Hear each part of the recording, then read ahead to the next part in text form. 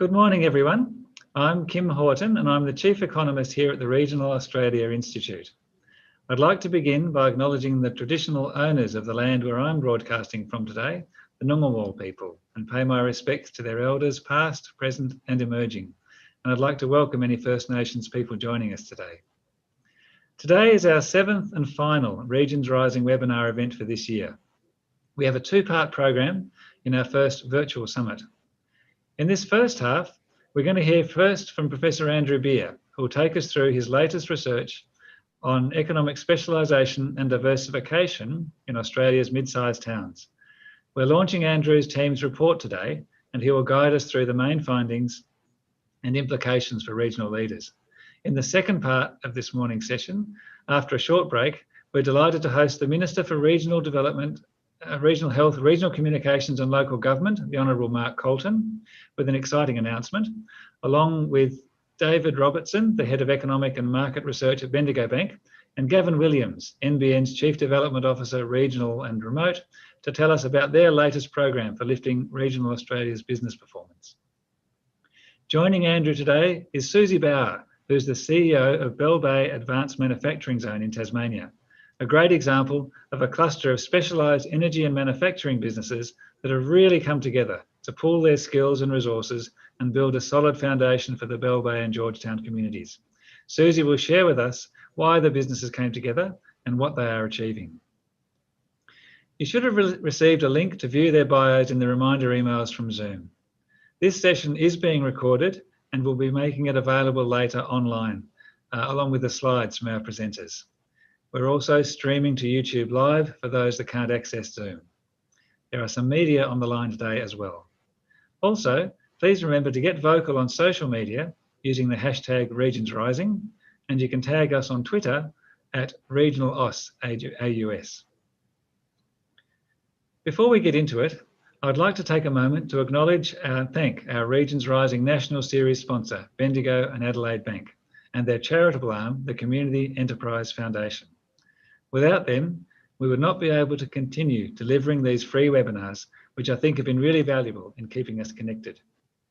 I'm looking forward to hearing from the bank's David Robertson in our second session today, as he has some fascinating insights on the state of the economy nationally. So thank you to Bendigo and Adelaide Bank for their continued support and commitment to regional communities. Today, we will have time for Q&A after our guests speak. You can submit your questions at any time through the session using the Q&A function in Zoom. Make sure to write your organisation, where you're from and who you're directing your question to, if anyone. If your question is chosen, my team here will enable your microphone so you can ask it personally. I just want to put Andrew's presentation in a little bit of context. This research work was done last year as part of our Intergovernmental Shared Inquiry Program of issues into issues of importance in regional development in Australia. It was part of the research program on mid-sized towns. Last year, the Institute, through the research program, took a deep dive into Australia's mid-sized towns to complement work we'd done earlier on small towns and on our regional cities. There are over 180 mid-sized towns in Australia, which have populations between 5,000 and 50,000 people. The Institute considers under 5,000 as a small town and over 50,000 as a regional city. Mid-sized towns are a very important part of regional Australia, and the issue of diversification or specialisation is a critical one for the leaders in these towns. While the topic sounds like quite a mouthful, we're addressing a question that facing most of you as regional leaders. What's the best way for my community to build economic resilience? There's a very common thread in our discussions at the moment around the desire to diversify, to try and avoid the perils of another drought, a bushfire, or a COVID-induced stoppage of visitors. This research, Andrew's research, shows us all what's actually happened in Australia's mid-sized towns over the last decade. It shows us which types of towns have grown along each pathway, diversification or specialisation, or a mix of both. And it has some very clear findings and implications, showing the types of places that should be thinking about one path more than another. Importantly, it also shows us how the pathways need to be different for different places. So a national industry-wide transition strategy such as we had with textiles, clothing and footwear and the automotive industry, is no longer the right recipe. Our economic transition support needs to be able to vary from place to place. We need genuine place-based policies and programs which enable towns to work on their own pathway and which enable this pathway to look different from place to place. Andrew led this research for us as part of our Regional Research Connections program, which is a partnership we have with UniSA, Charles Darwin University and RMIT to help us carry out our research program. I'd now like to warmly welcome Professor Andrew Beer to give his keynote address on our latest research, which you can now find on our website. Thank you, Andrew. Thank you very much, Kim, and thank you for the invitation to come and speak today. As I address this topic, I'm mindful of the contributions made by my collaborators on this project, and I'm also mindful of the contributions made by many others who participate in the project, including economic development practitioners. Because today we're looking at a long-term issue in terms of understanding the economics of places, the economics of nations, and the economics of regions. The world is a very big place, as we know, and there are many economists and many researchers who have written on the topic of specialisation versus diversification. And it's important to reflect upon that. It was the 18th century economist, David Ricardo, who was the first to argue that places, specifically nations, need to specialise their economies in order to drive productivity. Indeed, a lot of our economic strategy as nations today, including the opening up of borders, is based on that fundamental insight derived from Ricardo's work on textile production in 18th century Britain and wine production in 18th century Portugal. But as with all ideas, these are contested. In the 1970s, Nobel laureate Simon Kuznets argued that a country's economic growth may be defined as a long-term rise in the capacity to supply increasingly diverse economic goods to its population. And if we could move to the next slide, please, Nina. So he argued, contrary to David Ricardo's views, he argued that in fact, economic development was associated with an increasingly diversified economy, not a specialised one. More recent work, however, suggests that it's actually a U-shaped curve. If we start off from a base condition, economies tend to be heavily specialised. As they develop and as per capita incomes rise, they become more diversified, and then they rise again as they become specialised again. That's a fascinating insight, I think, but it's an insight that really relates to nations as a whole. And the reality is, mid-sized towns in Australia, regional cities in Europe, etc., aren't economies of the same nature and complexity as nations. So this is an issue that remains really live in terms of academic debate. In terms of what people argue, often people argue that there are important impacts in terms of whether an economy is it needs to be diversified or specialised. Some people argue that there's an impact on resilience. It's argued that places need diversified economies in order to be resilient. This line of argument suggests that if you depend on one or two industries alone, what you find is if there's a shock into that industry for whatever reason, drought, change in terms of trade, labour force issues, etc., all of a sudden that industry declines and the place suffers an enormous shock. The argument is you need a diversified economy so you don't get locked in to one industry or employer. And bigger centres actually have an advantage, it's argued, because larger urban centres are naturally much more diversified because they simply have more people, more jobs, more employers. There's a contrary argument, of course, because this is academic life we're talking about and policy development. It's often argued that there's a productivity benefit, and the productivity benefit is associated with specialisation.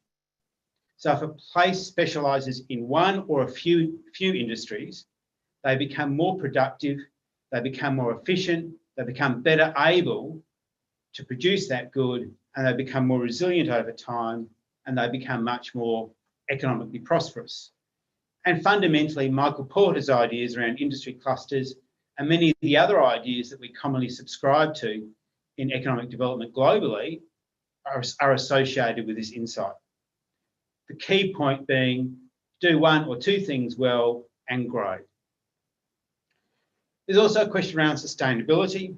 It's increasingly argued that as we look at a climate change affected world, as we begin to question the carbon footprint of activity, that if we have diversified local economies, they're going to be more sustainable because goods are going to be obtained locally and the carbon footprint will be lowered on those activities.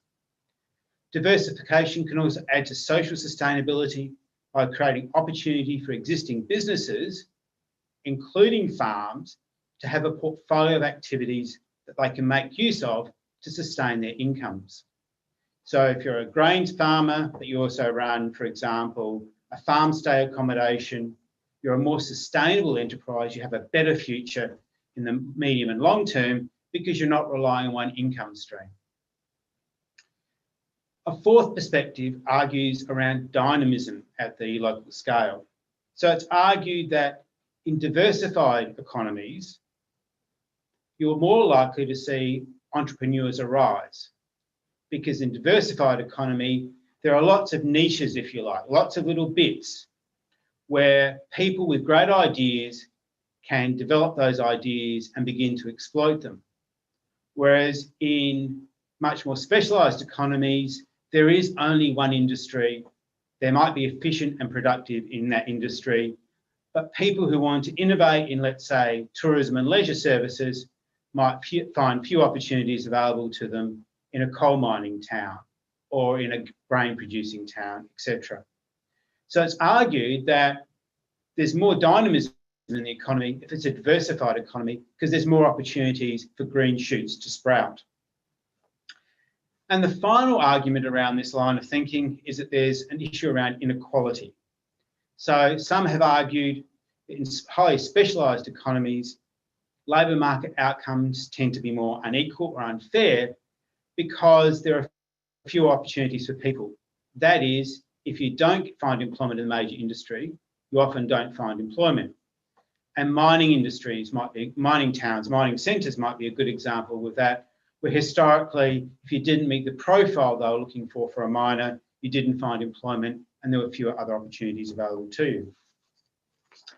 So this is a hot issue. This is an issue that remains open to debate amongst policymakers and remains open to debate amongst academics and practitioners. And to be honest, this is an issue that does actually inform a bucket load of the policies and economic thinking that we see across Australia, across the European Union, and across other parts of the developed and developing world. What do? Do we become more specialised or do we become more diversified? So now I want to turn to talk about our work. So our work was undertaken using the 2016 census, and we examined about 180 urban centres of the population 5,000 to 50,000 across Australia. We used the 2016 census boundaries and we looked at three key determinants or indicators of whether a place is growing or not growing. We looked at population change, we looked at labour force change, and we looked at change in wages as a measure of economic value in the economy. And we did this quantitative work in two stages. Stage one looked at the economy of these towns in total, while stage two broke it down by industry. So I'm now going to give you, if you like, the headline findings, which I think have been made available by the Regional Australia Institute, and I thank them for that. So overall, the analysis with the urban system and the ways in which industry structure and local conditions shape growth leads to a number of what I refer to as headline conclusions. And these are the 4 or 5 or 6 points that I would offer up to practitioners and policymakers if they're the only thing they're going to concentrate on. So the first thing is to acknowledge broader context. So the performance of urban centres clearly varies over time in line with broader economic conditions, including, in the case of the mining industry, global demand for mineral resources. So clearly, broader economic conditions have an enormous impact on the well-being of the places we're talking about. So that is, in many respects, an evident point, but one we shouldn't lose sight of. Secondly, the available evidence suggests that mid-sized towns with a population of 10,000 to 50,000 were more likely to experience strong growth if they were specialised economies and becoming more specialised over time. So there are two components to that. We'll come on to the next slide from the person who asked for it in just a second. So the key point here is that it's about being specialised and becoming more specialised over time was the greatest predictor of growth. So it wasn't just about whether you're diversified or specialised, but whether you were specialised and becoming more specialised. Thirdly, we found that diversification of the economy may be more important in smaller mid-sized towns, such as those with a population less than 10,000, as it reduced the risks associated with being smaller. Fourthly, a more specialised economy is likely to generate stronger economic growth and higher per capita incomes in a population of 10,000 or more, but is likely to generate fewer jobs than a diversified economic base of the same population level for the same level of economic activity. And that sounds like a mouthful, but what it's really saying is that for a given size centre above 10,000, if you have a diversified economic base, your economy is less efficient, so you need more people to do the same amount of work than if you had a specialised economy and you're more efficient at that work. This, of course, then raises questions which we might come on to later about what the goals are in terms of growth. Are the goals of growth about producing more jobs, or are the goals of growth about producing higher incomes and or a more resilient economic structure? It's an eternal question in this field, and it's one we could touch on today if we want to. Fifth, it's important to acknowledge the industries or sector a town has strength in has a large impact on growth rates. Put simply, places with fast growth rates grow more quickly compared to those that are specialised in slow-growing industries. The bottom line is it's good to be concentrated in fast-growing industries compared to slow-growing industries. If we could then move on to the next slide, please, Nina. So in the next stage, we used econometric analysis to examine how growth has varied across mid-sized towns over the years 2006, 2011 and 2016. We controlled for the influence of several variables such as population density, location and access to human capital, and we came up with some findings. Specialisation has a positive effect on population and labour force size, but a negative effect on wages. Diversification has a negative effect on wages overall, and moving to related industries, what we call related variety, but are really industries similar to the industries that you've already got, has a positive effect on population and labour force size. So in many respects, what we find is it's not a really simple dualism between specialise or diversify. It's about building on your strengths is the real question. And in the figure that's now presented on the slide deck, what you see is that some industries get best benefit if, in fact, growth takes place in industries that are similar to the ones they're already specialised in, but not exactly the same. So, for example, if you take manufacturing, further specialisation in manufacturing is beneficial, but you also see a beneficial impact if you move into related fields such as energy generation or transport, for example, as a benefit. So these are some of the ways in which we can see benefit over time. Actually, I'll come back to that later. So specialisation can benefit local economies that are dependent on manufacturing, transport or education. Moving to very different industries can insulate local economies that depend on sectors especially prone to volatility, such as mining and manufacturing. And moving to similar sorts of industries are particularly good for industries such as those that are service industries, including tourism, retailing, or education. Another part of what we did was look at what happens on the ground. And we talked to economic development practitioners. And what we often found when we talked to economic development practitioners is that they argued that specialisation or diversification wasn't necessarily a goal in and of itself, but instead it was an outcome of increased economic growth. And I think that was a really important point. The other point they made was that they felt that in terms of guiding growth, these are decisions that need to be made at the very local level. And that's an important insight as well, because only they know where the opportunities lie. We could move on to the next slide, thank you. I now just want to give some examples as I finish up. So this is Whyalla, South Australia, not too far from where I live. Whyalla has been a town that has been in decline since the mid-1970s, but from 2017, it's argued that it's been in a process of transition to a more prosperous future. People have suggested very substantial population growth for Whyalla. Part of this transition was the buyout by Sanjeev Gupta in 2017 and a program of reinvestment into the steelworks and associated industries. But when we think about that process, and the process remains happening and it remains somewhat challenged at this stage, but when we think about the transition Whyalla is going through, what we see is a couple of things. One is Gupta's buyout of the Whyalla Steelworks brought with it connection to global industries. Gupta's group, GFG Alliance, Liberty House, is now the third largest steel producer in Europe.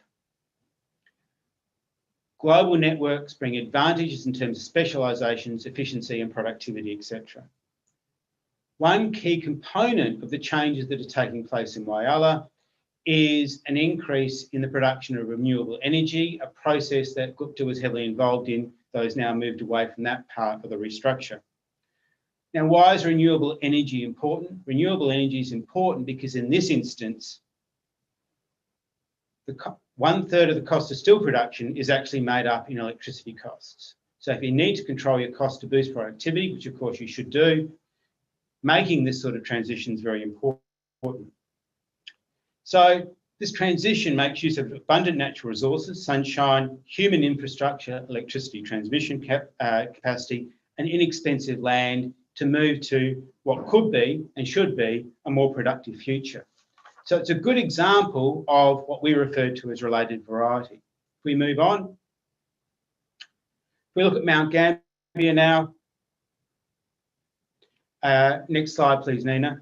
If we look at Mount Gambier now, beautiful part of the world. I've just holidayed there not too far in the distant past. It's an important regional centre, now South Australia's largest city, but it's a place with very low rates of population growth and has a very mixed industrial structure. It is a very diversified economy. It has retail, community services, health services, government services, some tourism and some transport. So if you think about Mount Gambier, the question we would ask based on the work we've done today is, or presented today is, well, where should they go? What should they be doing? On balance, they should be looking to specialise and concentrate their resources in growing one or two industries. But which industry to move to? What infrastructure should they redeploy to get growth to happen? Well, we've already identified that service industries benefit from both of different but related industries. And as Mount Gambier is already a service industry town, potential candidates would include those parts of the economy which are already tied to global and national markets and are part of the service sector. So education and tourism, to my mind, would seem to be the most likely outcomes or the most productive outcomes in terms of a refocusing of the economic development efforts. And if we move on to the next slide, please, Nina. Finally, we take the example of Hay, New South Wales. Now, Hay is not technically a mid-sized town, but they did drop into the webinar with economic development practitioners, so I think it's legitimate to talk about them. Hay has been a town of population loss, but it's now a town that has achieved stable population as a result of employment growth. And when you talk to the economic development practitioner there, they talk about diversification. They diversified their economy. They've become much more diversified in what they do. But in detail, what they've done is they've moved out of pastoral activities alone into things such as cotton and some irrigated annual crops. They're also investigating other crops that they could move into, including those based on trees, including fruit, for example. But when we think about it in the terms of the analysis that we took, this is really a story of specialisation. It's a story of further specialisation in agriculture and the transfer and reuse of skills already developed in primary industries to further the town's growth, using exactly the same resources and infrastructure they've always had in the region. So to move on, in conclusion, it's important to acknowledge that every place is different and every place has its own set of opportunities and risks. There is no one-size-fits-all solution out of this research. There never was going to be. But the analysis is clear. Mid-sized towns are likely to have a better future if they specialise, and most importantly, if they build on their strengths. That's a clear outcome. It should inform economic development strategies across regional Australia. A manufacturing town that moves to energy generation or the transport sector makes sense. Attempting to become a tourism centre simply does not. Specialisation does carry risks, especially in volatile, trade-exposed industries such as mining. But in the long term, specialisation produces a more robust and productive economy, more likely to see out the low points in the economic cycle while benefiting from the high points. Thank you very much.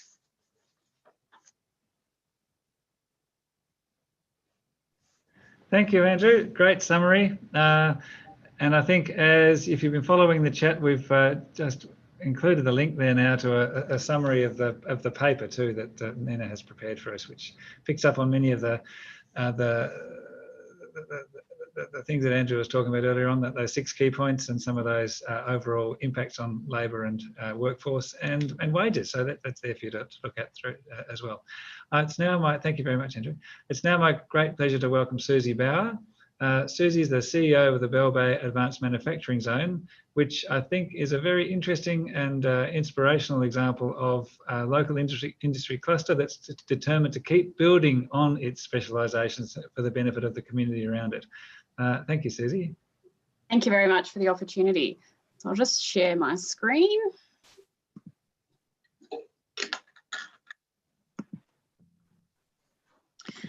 So we're a little bit, when I first started in this role, we would probably be looking very much at a diversification strategy.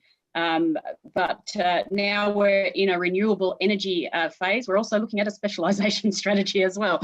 So it's interesting. We're a little bit of both. And you're quite right, Andrew. It's horses for courses, really, isn't it? Depending on what community you actually live in. So just to give you a little bit of background about Bell Bay Advanced Manufacturing Zone. So we're in Tasmania. We're in the northeast corner of Tasmania in a town called Georgetown that has a population of around 7,000 people. We are located about 40 kilometres from Launceston, which then has a population of just around, including the outskirts, around 100,000. So we're not far, and it's, of course, because we're an industrial site, mainly, and it has been there for 65 years as an industrial site at Georgetown, or Bell Bay, which is about 2 k's out of Georgetown. The road network is very good between Launceston and Georgetown. So the reason that this group was actually formed, so we have, and I'll go into some of the businesses that we have in our membership base, but two of the big ones are Bell Bay Aluminium, which is actually owned by Rio Tinto, and that employs around 500 people. And obviously, as the name suggests, they produce aluminium. We also have another company called Temco, which is currently in transition, So Mr. Gupta, who is part of WOW, has just bought Temco, and they employ around 300 people, and they produce manganese.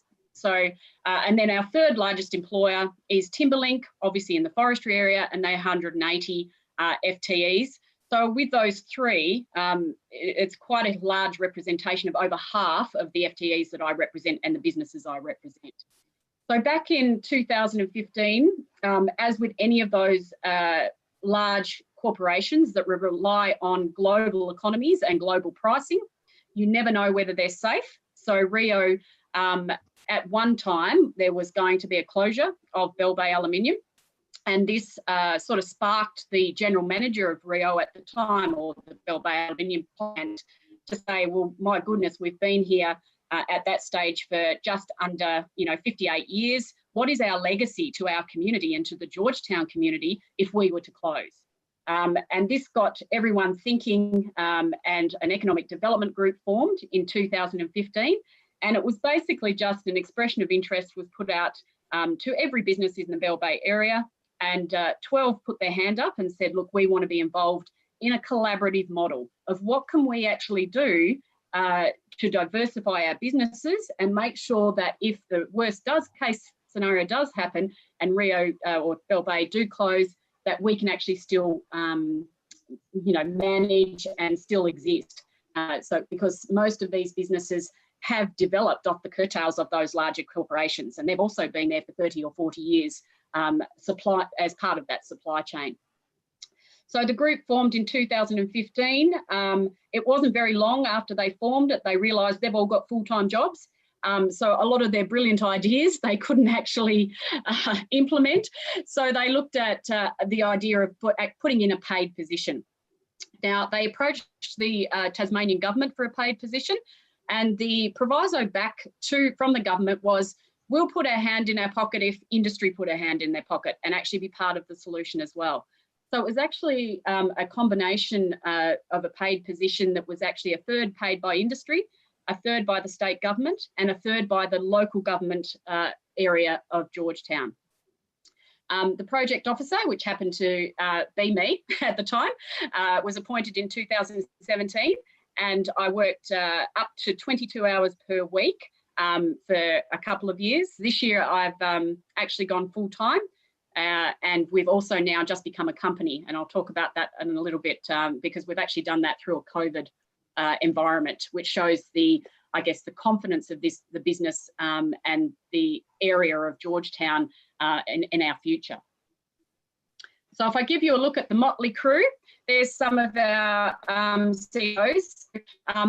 One thing that was extremely important to us when we have our membership base is that we are represented by our members either at the CEO level or at a director level, so that the decisions can actually be made. So when we come together for meetings and when we want to look at projects, we can actually make some of these decisions.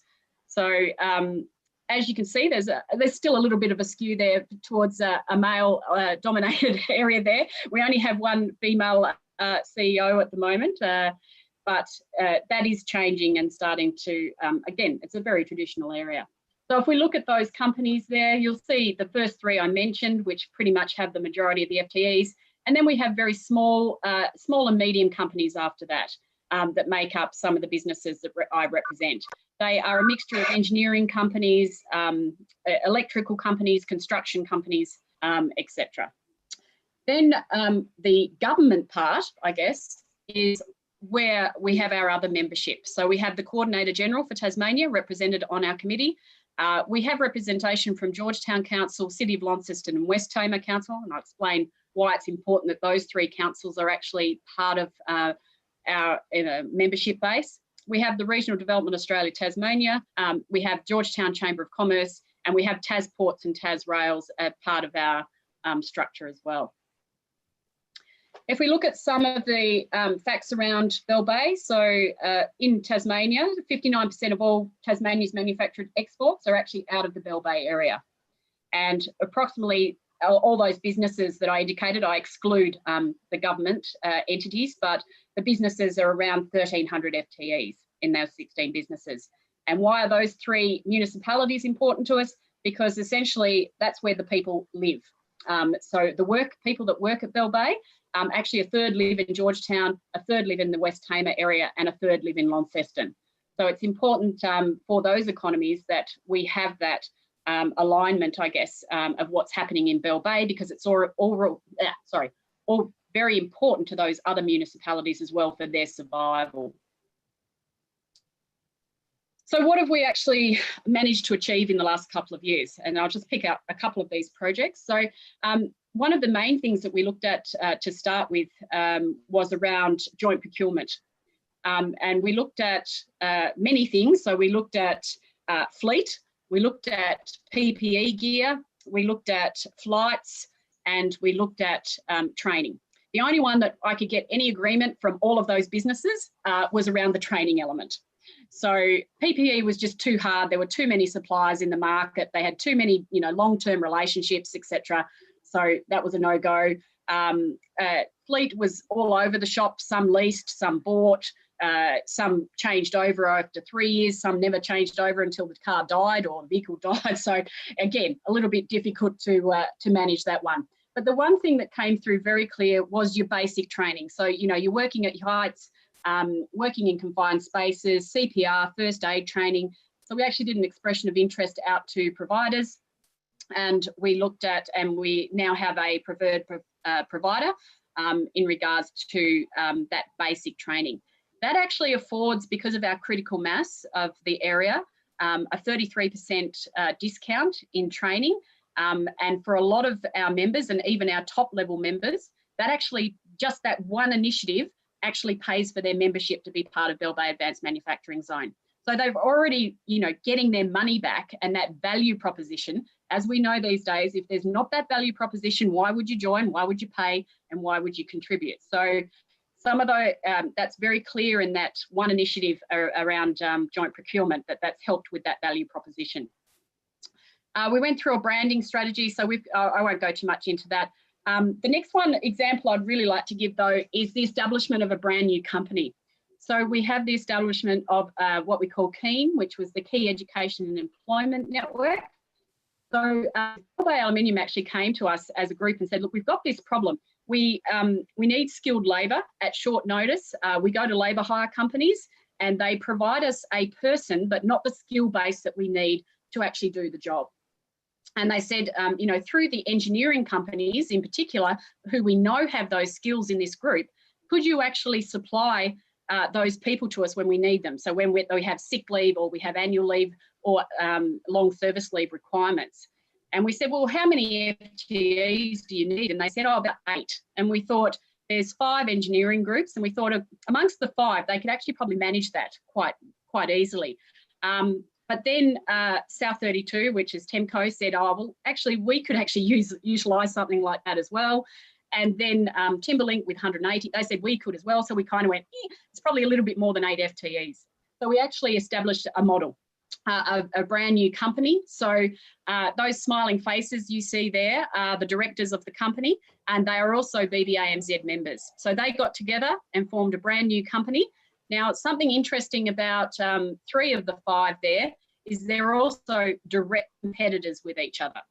And what they actually had to do to join this company was actually open up their financials and open up their books and combine. And if you ever work with anyone in industry, that's a tough ask to have that level of trust to happen. But that's what these guys did, because they were actually supplying Bell Bay Aluminium with labour at a different cost. Each of them were charging different charges, and they had to come together and form that one size fits all, I guess, for this new company. So we actually managed to secure the ex-general manager of Bell Bay Aluminium as the CEO of KEEN, and he actually became the 6th. He loved the model so much, he actually became the 6th director after he became the CEO. So something that's probably a little bit different. I mean, everyone knows how a GTO operates, a group training organisation with apprenticeships and trainees. It allows the apprentice to actually go to many different companies as they're doing their apprenticeship, rather than just spending 4 years with one company. And it gives them a much broader range of skill sets than one, if you're just staying with one particular company. But what's unique about the labour hire component of KEEN is for most labour hire components, you're only a casual employee. With Keen, they actually have a very different model, and they actually employ you full time. And then they just, you know, put you out to jobs. And when you're not actually out of jobs, you're actually doing training. So it's a very different model of security for our local community in particular, because if, as you know, if you're a casual employee, it's very hard to get a bank loan or anything like that. You need full-time employment and security of that for people to loan you money. So that's probably one of the key differences in that group. So they've started with just servicing the Georgetown area. They now have been in operation for just over a year, and they now employ 40 FTEs. So there is an example of a brand new company that was a problem was presented to BBAMZ, and we came up with a solution. So I spent I spent 6 months setting up that company for the guys, and then handed it over to the CEO and said, on your way. And he's made a great success of it since. So that's one example of I guess, another diversification, if you like, of what they were doing and utilising in the area. They've also expanded to the rest of Tasmania and not just the Georgetown area now, where they provide work. We did some Commonwealth funded employment trials for long-term youth unemployed. We did get one apprentice out of that. The interesting thing about that was the apprentice herself, without that Commonwealth funded employment trials where they actually do an internship, so they do an internship for 4 weeks. If that individual, she was 19, she wanted to be a Boilermaker welder. She had applied on numerous occasions to the traditional way of doing an apprenticeship, and she kept getting refused because her maths wasn't up to scratch. But what happened with her doing a internship was that she was able to prove all these other skill sets that she had to the employer. So she had a great work ethic. She had very good communication skills. She was a team player. And so at the end of the 4 weeks, Roger, which is pictured in there with the beard, he actually put her on and gave her the opportunity, and she is now into that apprenticeship. She's into her 2nd year. She's as happy as a pig in mud at being able to actually get on with something that she's passionate about and what she wasn't able through traditional means to actually get into that field. Although I did visit the business about 2 months ago, and I said, oh, how's Brianna going? And I was told by the business, oh, my goodness, she's not doing enough work. And I said, oh, what do you mean? And they said, oh, all the guys keep going to her for relationship advice. And I said, oh, right, well, okay, well, that's your problem, guys. You know? So it's certainly changed the workforce and the workplace, which is, for many in, you know, small country towns, quite traditional still in manufacturing to be quite male-dominated. We have been successful with some funding. I'll go into a couple of those. And in 2019, we did win a national award for regional growth. In relation to what we've been up to this year, so as I mentioned, interestingly enough, after 2 years, we actually had moved to a board structure. Now, this decision actually came through COVID. So it's a very brave decision still that the board and the confidence that the businesses have to move to a board structure and become financially independent through COVID. And that's exactly what they've done. And we have never really gone out and sought membership, but I will be now. So we'll be on a bit of a growth strategy because we need to look at our financial sustainability. We have done some signage strategy. I'm not sure about other industrial estates around Australia, but certainly ours, you wouldn't have a clue. There's a roundabout on the main road and you turn left, and then if you go left, you'll see this great big industrial site, but if you go, you wouldn't even know it was there. You could quite easily drive past it because it's all tree lined and you can't really see it from the main road. So we're putting some signage up to actually, you know, modify that and make sure that there is a presence and a level of pride too about what we achieve in northern Tasmania from a manufacturing base. We're looking quite a bit in the upskilling and training area. That's a lot for our, I guess, our future proofing, I guess, of our skill sets and our workforce in particular. The AFL lights at the Georgetown Ports Complex. So part of our strategic plan for BBAMZ is that we actually want to give back to the communities that we live in. as businesses. So we actually partnered with the Georgetown Council, and they received a grant. It was a $300,000 project to put these lights up. They received a grant for $200,000 from the Commonwealth, and the BBAMZ have project managed that for them and have actually put $110,000 of in-kind into actually those lights. So they've done all the footings, all the electrical work, all the installation, and they've done that free of charge for the community. And so we want to make sure that we are putting back into our communities and doing this on a regular basis. And it also perhaps challenges local government a little bit, may I say, with some procurement and different areas that we can look at, that the first word out of the general manager and the mayor's mouth at Georgetown is yes.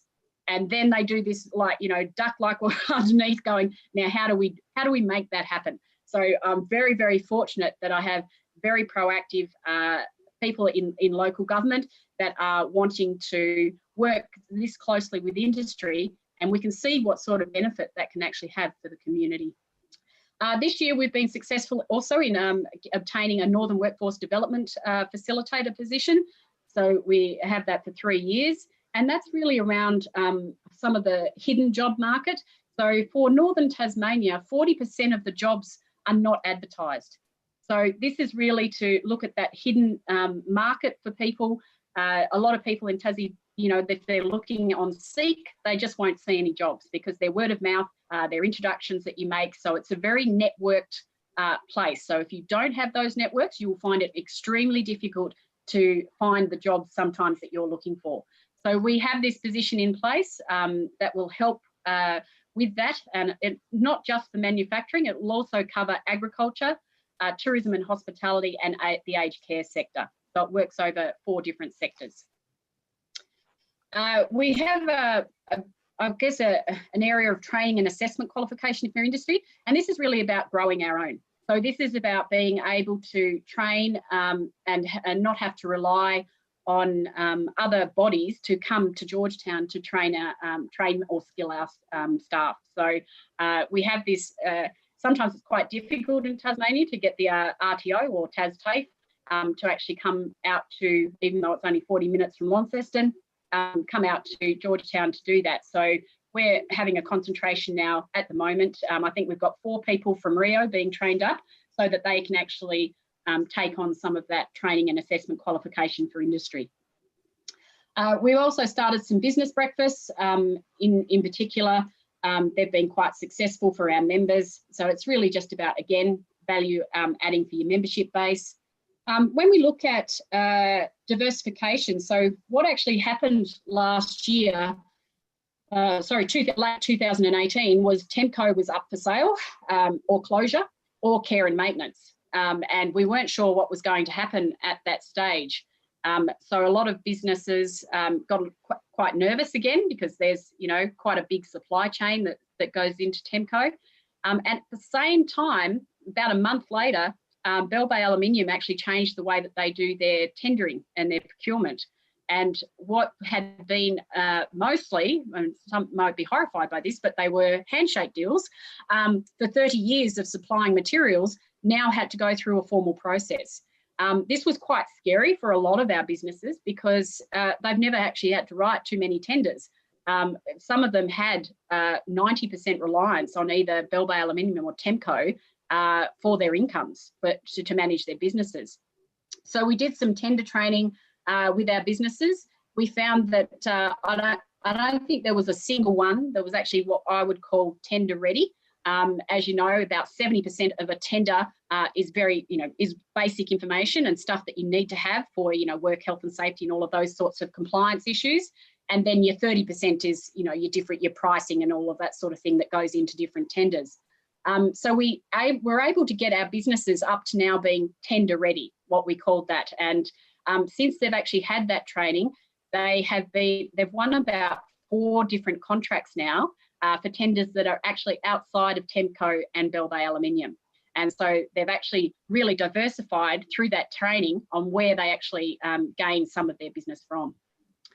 A big one for us, obviously, is investment attraction. So we're fast becoming hydrogen hub, I guess, if you like. So it was only announced yesterday from the Tasmanian government that there are 2 feasibility studies that have been funded through the government, one for Origin Energy and one for Able Energy. And that's for 2 lots of 100 watt hydrogen. One will produce green hydrogen as ammonia plant, and the other is for export as well. Apart from that, so they were the 2 that were funded, but Fortescue is also looking at putting in a 250 megawatt hydrogen plant at these are all at Bell Bay.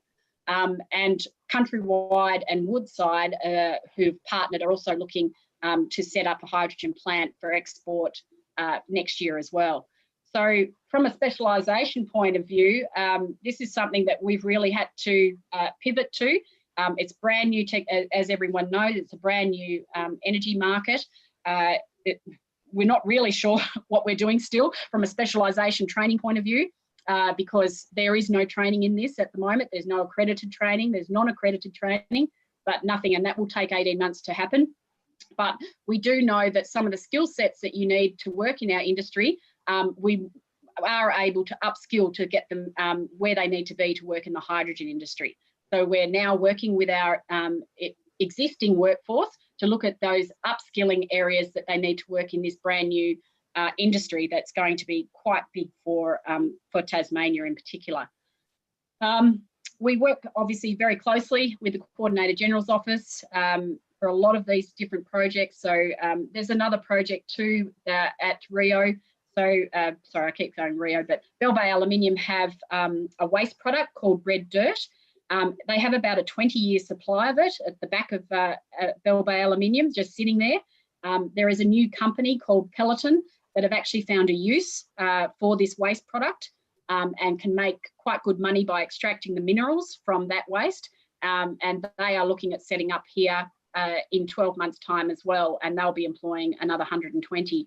So when we look at the hydrogen future and some of the others, we have around 500 FTE jobs coming to little old northern Tasmania in Bell Bay. So my poor northern workforce development person, she only started in September, and in her first week we had 2 hydrogen proponents, and she freaked out afterwards. She said, where am I going to find all these people that we need for these future industries? But I was like, well, at least that's a good problem to have. So just a couple of take-home messages to wind up. Trust and collaboration, you know, it is something that gets flouted around a lot, I guess, but, and I won't say that it was easy to get those businesses on board. It probably took 7 months of my time for them to trust me. But by gee, now that they do, now we have that relationship, and now I have that trust with those businesses. Whatever I put up to them, they're like, yep, we're in, just tell us what we need to do. And so, you know, once you've got that relationship, it is absolute gold. And what it can actually achieve for your, not only your local community, but for us, the Tasmanian community is huge. One of the other things is the importance of it being industry-led. That is why it's been so successful. It is supported by all levels of government, but government should not be leading these sorts of things. It is much more successful if it's industry-led, but supported by government. The one point of contact, that has been probably really, really handy for anyone, any proponents that are looking at developments. They come to me, I'm then able to, you know, share my networks and point them in the right direction. Who do they need to talk to at Tas Networks? Who do they need to talk to at Tas Water? Who do they need to talk to at, you know, Bell Bay Aluminium? All of those sorts of things. So that one point of contact has been extremely important. And I know if you've ever worked at a university, which I have, one of the biggest things that people keep saying is, where's the front door? You know, sometimes when you need to get into a university, who do I go and speak to? How do I engage? So that one point of contact has been critical. And I truly believe that this model is completely transferable to other industries and sectors, not just manufacturing. So yeah, I'm quite happy to take questions. So that's it for me, but I'm sure I've probably left out a lot of information because I know this pretty much backwards, but I'm happy to take any questions. Thank you, Susie. That was terrific. I have got something out of that. Andrew's team's paper talks a lot about the strategies around diversification, strategies around specialisation. We talk about, this town might like to look at increasing its depth of specialisation here, or perhaps doing some related specialisation or diversification here. I think what Susie's describing is how you actually do that in a reasonably small scale, in a reasonably small population, only 7,000 people, but with lots of important businesses there. And Susie, I might ask you a question a little later on. I think I was really interested in the notion about what got those employers together. They had been competing.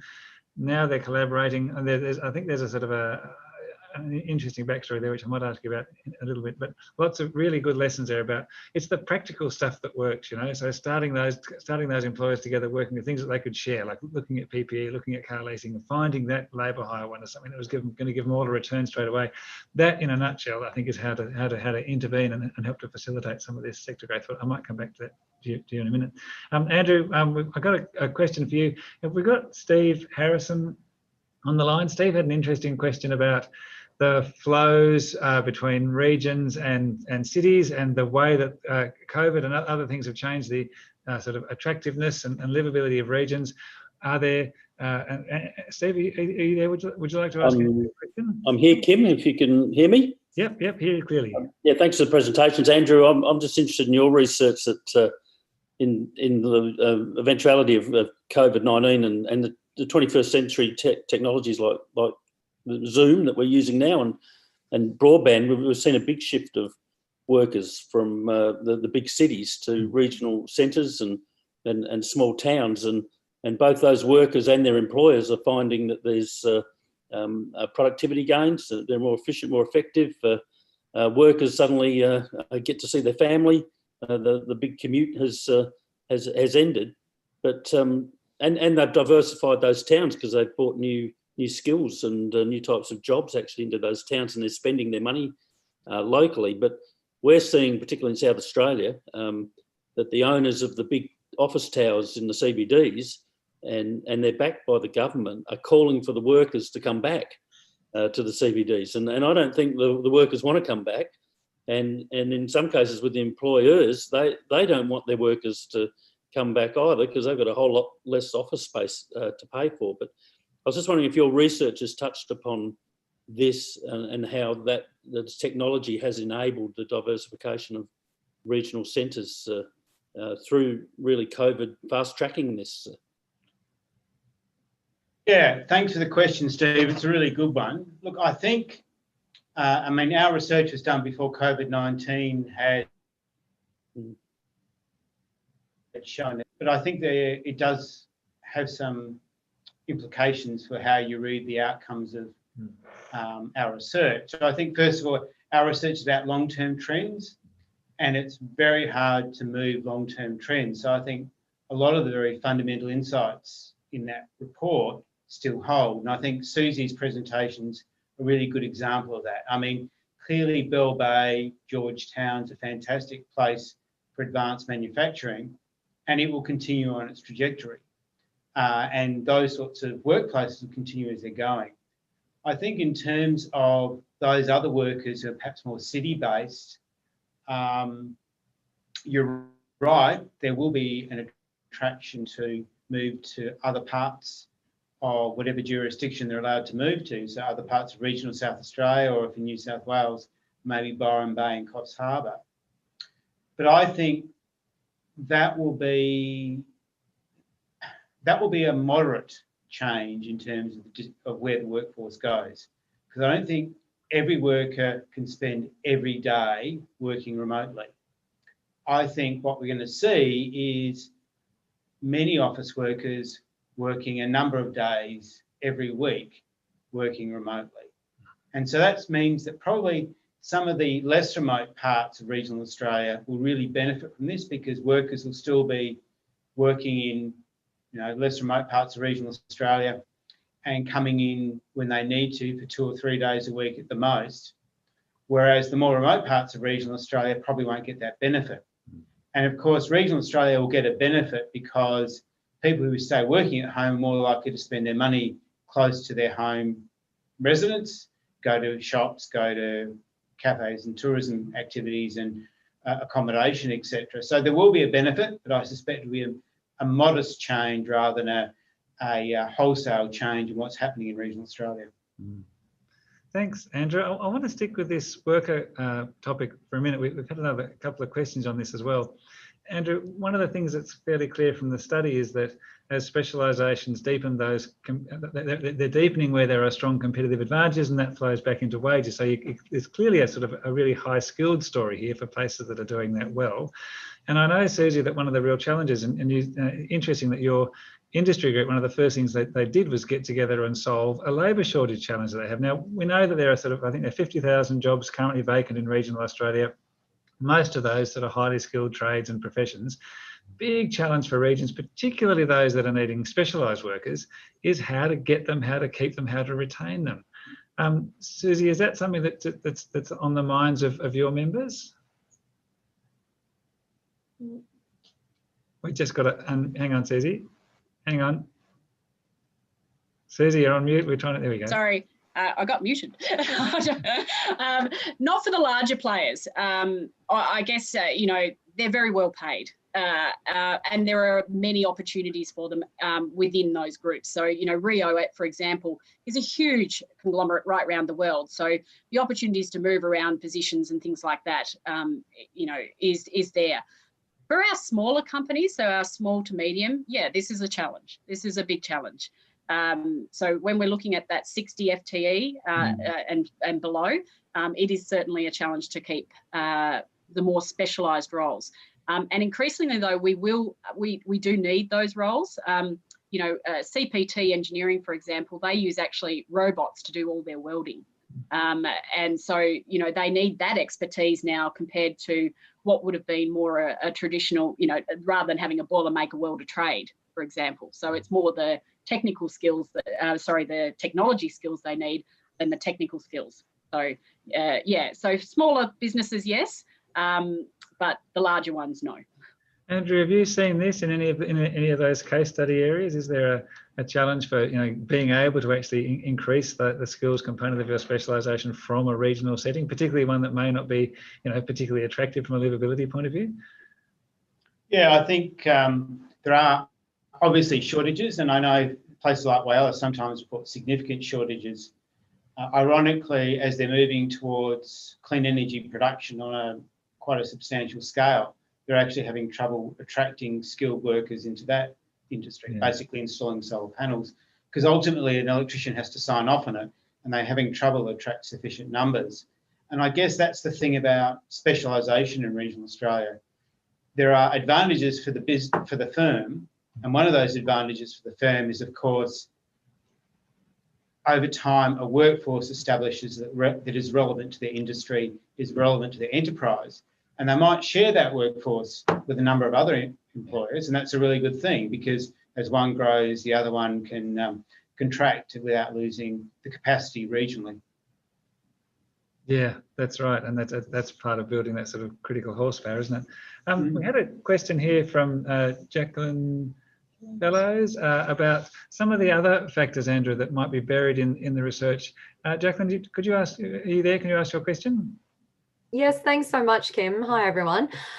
Going back to your last slide from your presentation, Andrew, you spoke, there was a reference to other factors that could be considered the primary determinants of growth, particularly for industries of agriculture, retail, public administration, and healthcare and social assistance. I'm just wondering if you can speak to what those other factors might be. I'm wondering whether industry engagement has a role to play in those other factors, and whether those other factors could be even further specified between regions. Yeah, obviously every place, I mean, we looked at 180 individual places in terms of the study, and they all have their own trajectory. But some of the things that also determine growth rate include things such as government sector investment can obviously be a lead factor in terms of encouraging growth and should never be underestimated. I think the resource base of a region is really important. Now, if we think about Susie's presentation, I think one of the reasons Bell Bay has been so successful and was initially established is access to relatively cheap hydroelectricity was a key factor. So those resource endowments clearly contribute to and shape the growth path that places are able to follow or track on. And that's why place-based approaches are really so important in terms of any conversation around economic development in Australia. So yes, there are some broad trends, and we've outlined them today, but also there's all those fine details. I'm always struck by the fact when you talk to businesses, for any individual business, often the difference between growth and not growth is actually quite a fine margin. And if you think about mid-sized towns, it's exactly the same. Often the difference between growth and not growth is a relatively fine margin. It could be the presence or absence of a general practitioner, for example, affecting travel behaviours. It could be the history of that place. It could be relative location to some other centre which is also growing at the same time. So there's a whole bunch of other things that are going to shape growth. And really, economic development practitioners like Susie, working on the ground, are best placed to understand how they're going to be used to the best advantage.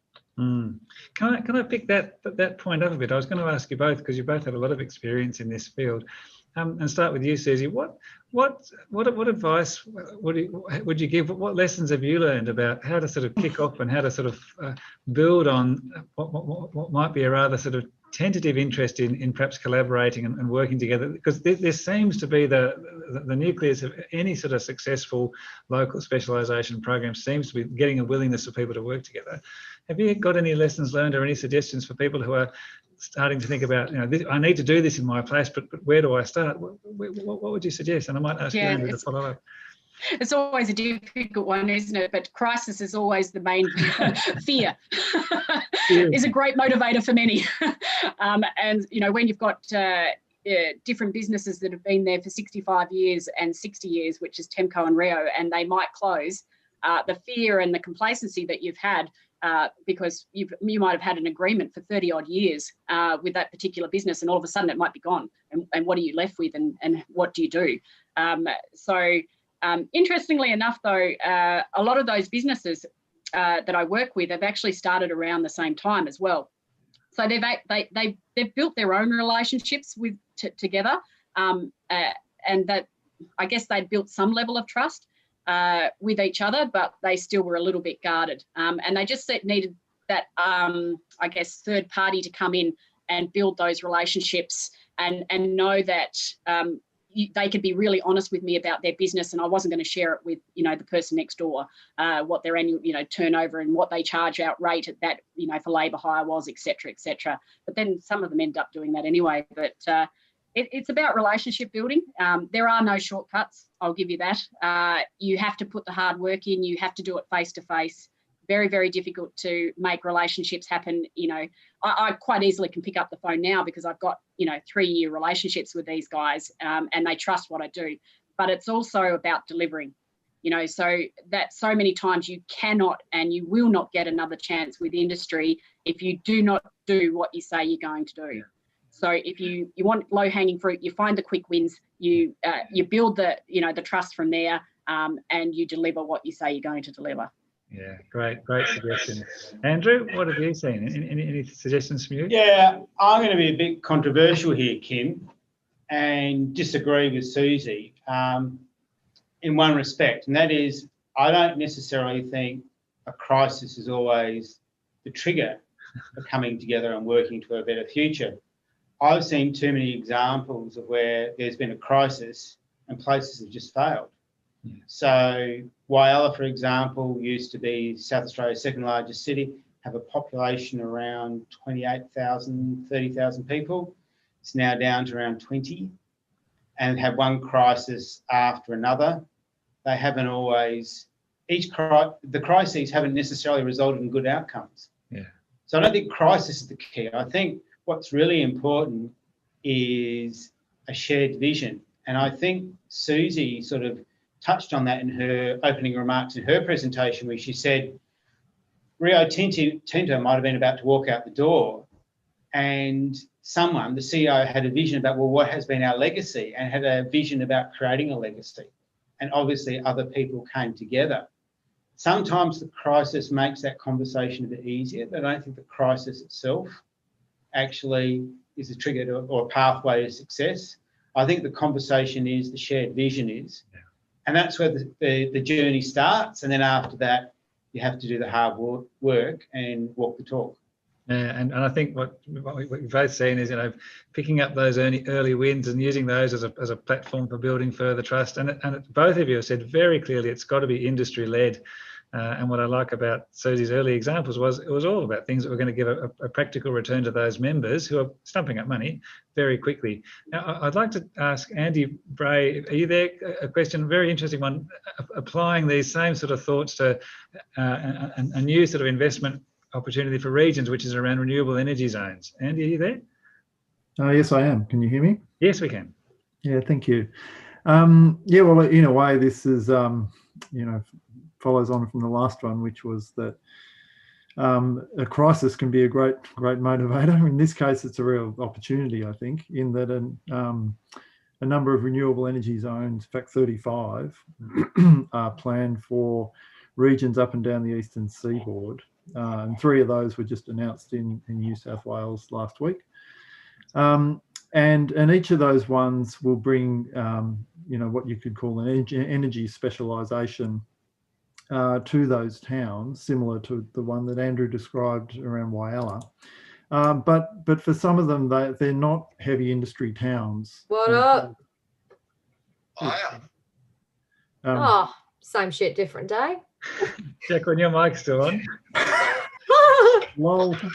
And then I put that photo up of my. Oh, too good. Yeah, sorry. So I was just getting to the question part of it. So I wonder, Andrew, could you reflect on how towns that don't have, those heavy manufacturing complementary industries might be able to make the most out of those kind of situations? Yeah, thanks. Thanks for the question, Andy. Look, you mentioned 35 locations up and down the eastern seaboard. I know Western Australia's gone heavily into hydrogen as well. I think Whyalla is getting into hydrogen, and the South Australian government's got a hydrogen strategy. I guess that does tell us that it's going to be a very competitive space. Maybe when the product comes to market, there won't be a competition for the product because, of course, global demand for energy is so large. But there may be a competition for investment. So I think one of the issues will be not all of those 35 or 55 or 85 potential sites will develop. If they want to be successful, I think they need to acknowledge the sort of challenges we've been talking about today, and they need to be thinking about how they can develop their distinctive natural assets. So one site might have the best port, for example. Another site might have access to, let's say, virtually unlimited fresh water, which might have an advantage in terms of production costs. Another site might have a cheaper price for electricity, or might be able to source all the electricity from renewable sources and therefore have a marketing advantage into some global markets. They're going to have to think about these issues, and they're going to have to think about the labour workforce issues. So I think this will be one of those areas where the successful places will probably both will have a first mover advantage, and there'll be also places that act with speed but not haste. So they get their planning processes, they get their industry engagement, they get their community engagement processes all lined up to ensure success, and they do that as deliberately and as quickly as possible, because it will be a bit of a race, I think. Susie, do you have any comments on that one? Yeah, definitely. I mean, we're very much placing ourselves in that competitive market, and as Andrew, Bell Bay has the port, it has the electricity, it has the fresh water, it has the road infrastructure there ready to go, and for other places it's totally green. You know, other places will also have green, but will they have enough fresh water is the question. Tassie has the fresh water to be able to do that, which again will drive production costs down about 15% compared to others that may have to use seawater and desalinate it. So it's around placing yourself with the infrastructure that's needed, and that's why I think Tassie is getting a lot of investment interest from very large companies wanting to set up the hydrogen here. Thank you, Susie. And look, thanks to all of you for other questions. We're running a bit short on time now. We have had other questions around the need for sort of integrated regional strategic thinking, getting planning right, for instance, to enable new industries to grow. And another question about workforce attraction and the issues around spousal employment and diversification of employment opportunities as a catalyst for bringing in and keeping those specialist skills. But we haven't really got time to follow those on in the open session today, but please do keep engaging the conversation through social media. Thanks again to both of our presenters, Susie and Andrew, for a very, very informative and entertaining presentations. I think we've got a really good view of not just what the research tells us, but how some of these issues play out on the ground too. Now, there's no need to close Zoom. We're about to take a short break. We'll come back we need to be ready to go at 12:50 for our session. So we're going to have a short tea break, have a stretch, move around a bit, get a hot beverage, and we'll come back here in about 5-10 minutes for the second half of our summit finale. We'll hear from Minister Colton and David Robertson and Gavin Williams from NBN. In the meantime, and CEO Liz Ritchie will be convening the next session, and we'll be starting, Nina, in about 10 minutes' time, I reckon. So in the meantime, please keep the tweets coming and keep the chat flowing. You can answer, of course, and respond to each other's questions on the chat as well, if you'd like to. And I think Nina's put some links up on the website, both to Andrew's paper and to the summary that we've done. And we'll also put, I think, a link up to Susie's presentation, won't we, as well, for those that are interested. So thanks very much for what I've found a very enjoyable first session. And I look forward to seeing you again shortly, if not from this seat, from another seat. I'll be dialing in as a participant for session 2 in about 10 minutes' time.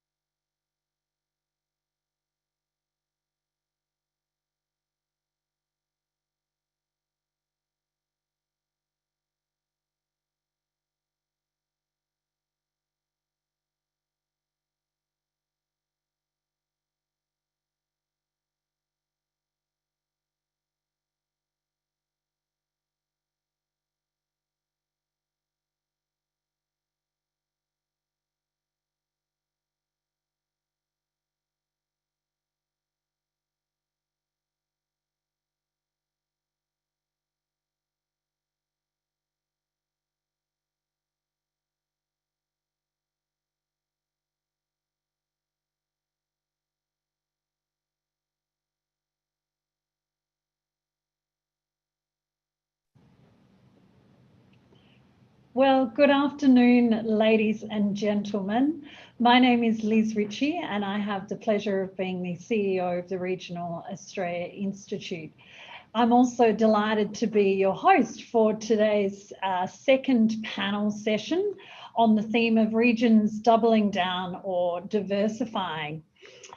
I'd like to also again thank and acknowledge the Regions Rising series partner, Bendigo and Adelaide Bank, and the Community Enterprise Foundation arm.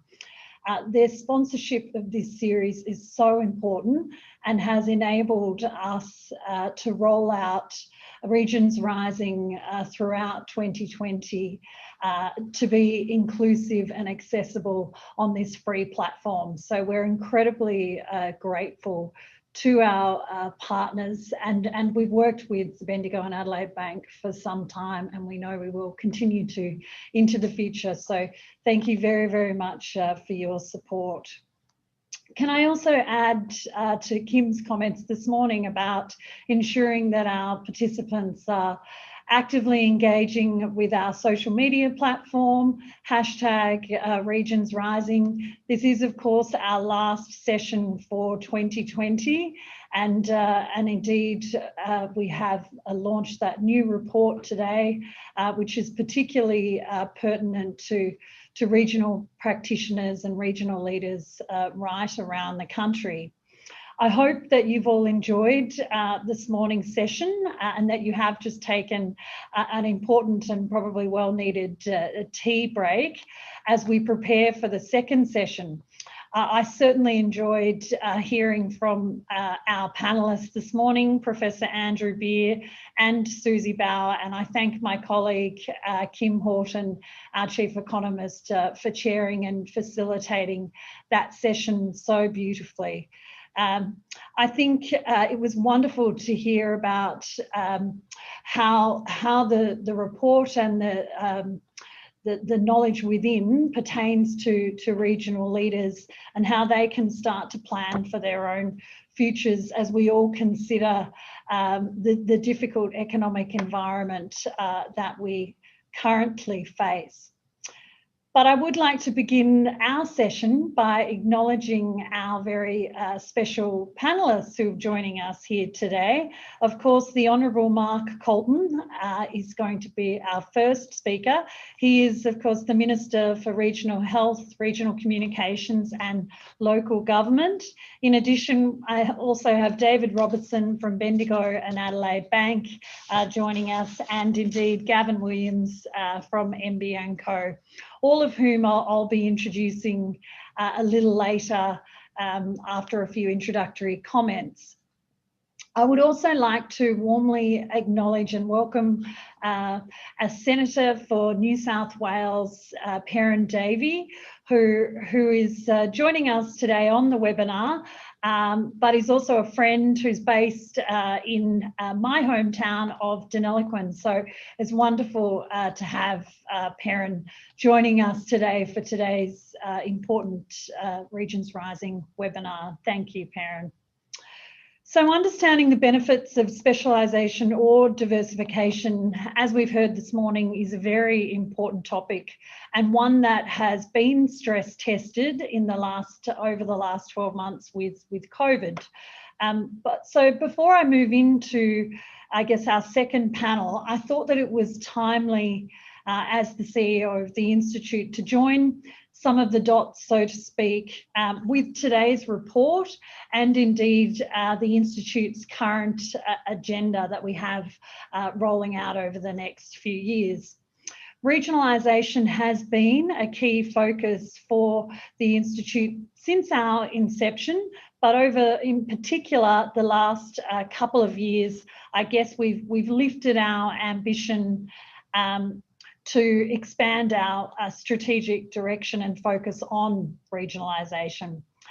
We've been heavily focused on, I guess, three macroeconomic issues, looking at jobs, job vacancies and employment, filling and skilling, population and indeed livability. And I wanted to just take a moment to hark back to the report that we launched in August 2019 called Regional Population Growth, Are We Ready? This report, I guess, looked at the population trajectory over the next 30 years and quickly identified that without an intervention, we were going to be in a place where our population was dominated in 4 capital cities. So one of our #1 recommendations within this report was to launch a new national awareness campaign that would indeed promote the opportunities that we all know as regional leaders and champions exist in regional Australia, and to promote furthermore the chances to live, work and invest in the regions. For over 12 months, we have advocated on behalf of regional Australia, and of course, in the latest federal budget, our ambition came to reality, receiving some very much needed funding from the federal government to undertake this national awareness campaign. So we very much wanted to share that news with all of you as our regional stakeholders and friends, so that you know this is happening and that we'll be rolling this out through the course of the next 2 years. We know that the National Awareness Campaign will not only promote brand regional, but it will enable us to have an anchor point to promote what we all know and love about regional Australia. I guess the linkage between this report and the regionalisation ambition is that we work regularly with regional councils, RDAs, and leaders right around the country to help them understand their own strengths and weaknesses.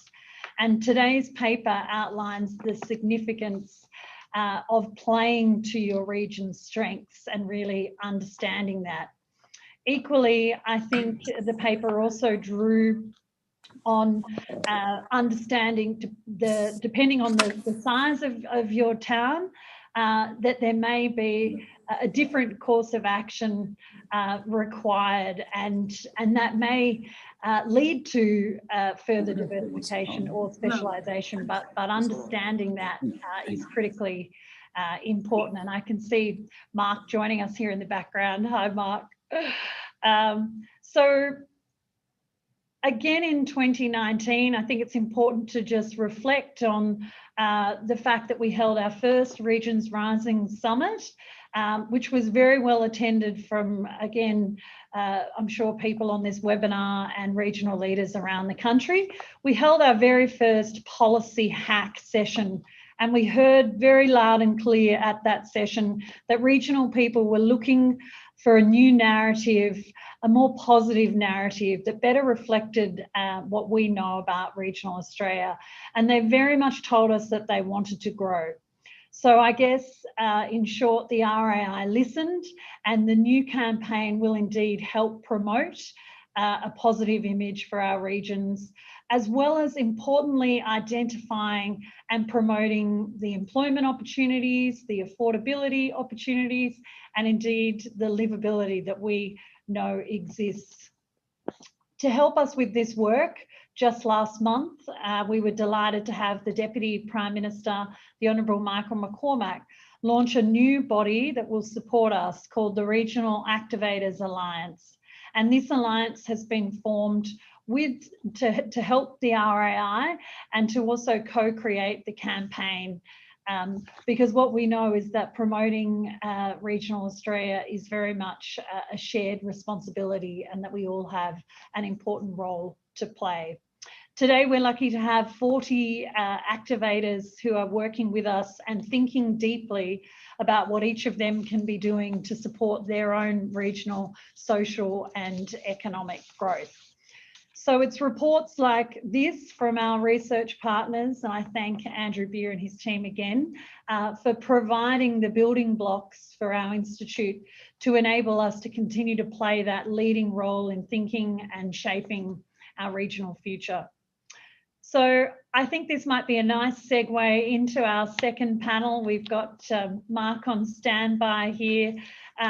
We've got three incredible panelists joining us. As I said, they'll be drawing on some of the findings in today's report that are relevant, but also talking about some very important programs. And I think Minister Colton has a new announcement for us here today.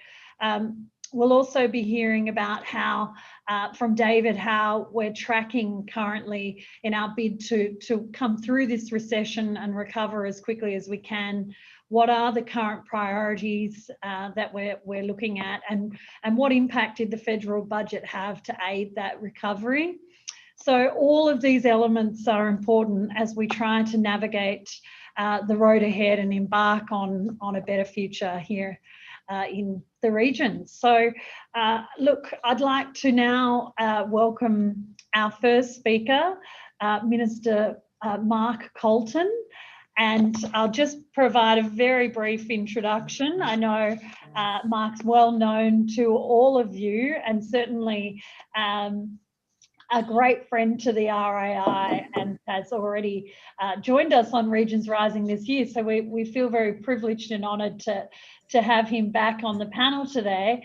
But just briefly, Mark was, of course, first elected to the House of Representatives for the seat of Parkes in New South Wales in 2007, and he has since been re-elected numerous times.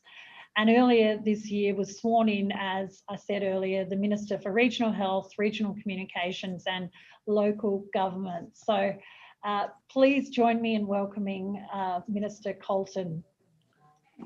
Hello. Okay, thanks. I've neglected to turn my phone off, Lisa. Everyone's ringing. I think my nephew wants to borrow the tractor or something.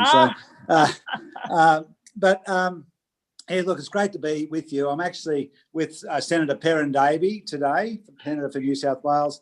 We're in Tumut, which I've got to say is a beautiful part of New South Wales. And we were here for a couple of reasons today. One was to launch one of the innovative models we have for delivering primary health services, one of 5 trials that we funded in the budget.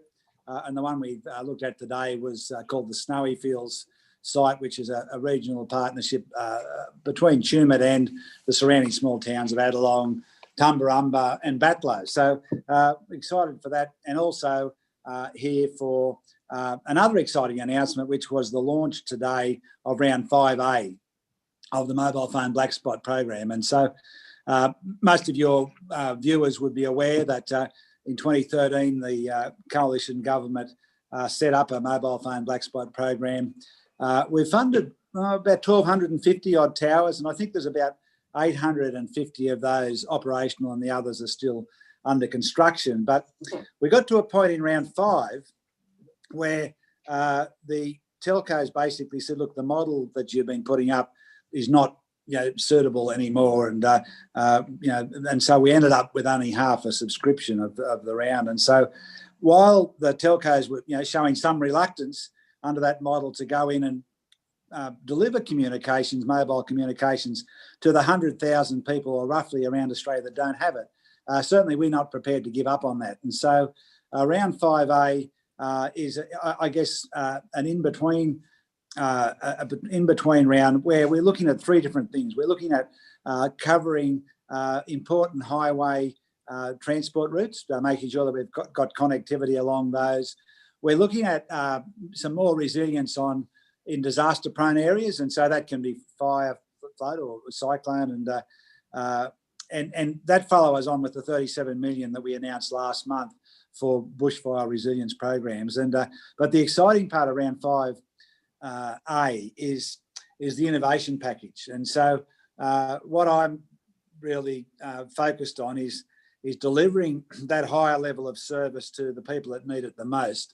And so we are funding models of delivery that are innovative, that might be new technology, they might be partnerships between local communities and telcos, they might be partnerships between sort of business hubs and telcos, and that it's opened up now for 12 weeks.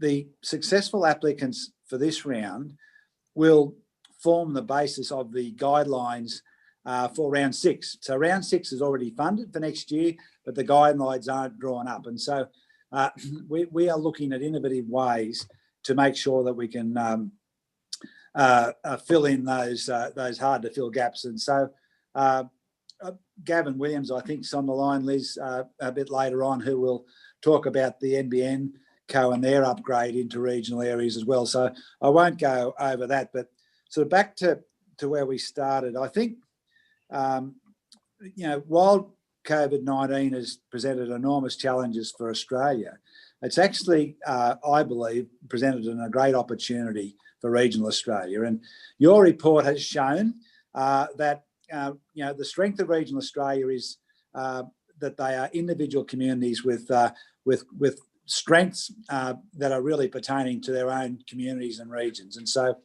the idea of growing on those strengths is incredibly important. And what makes the difference now is we've got a captive audience.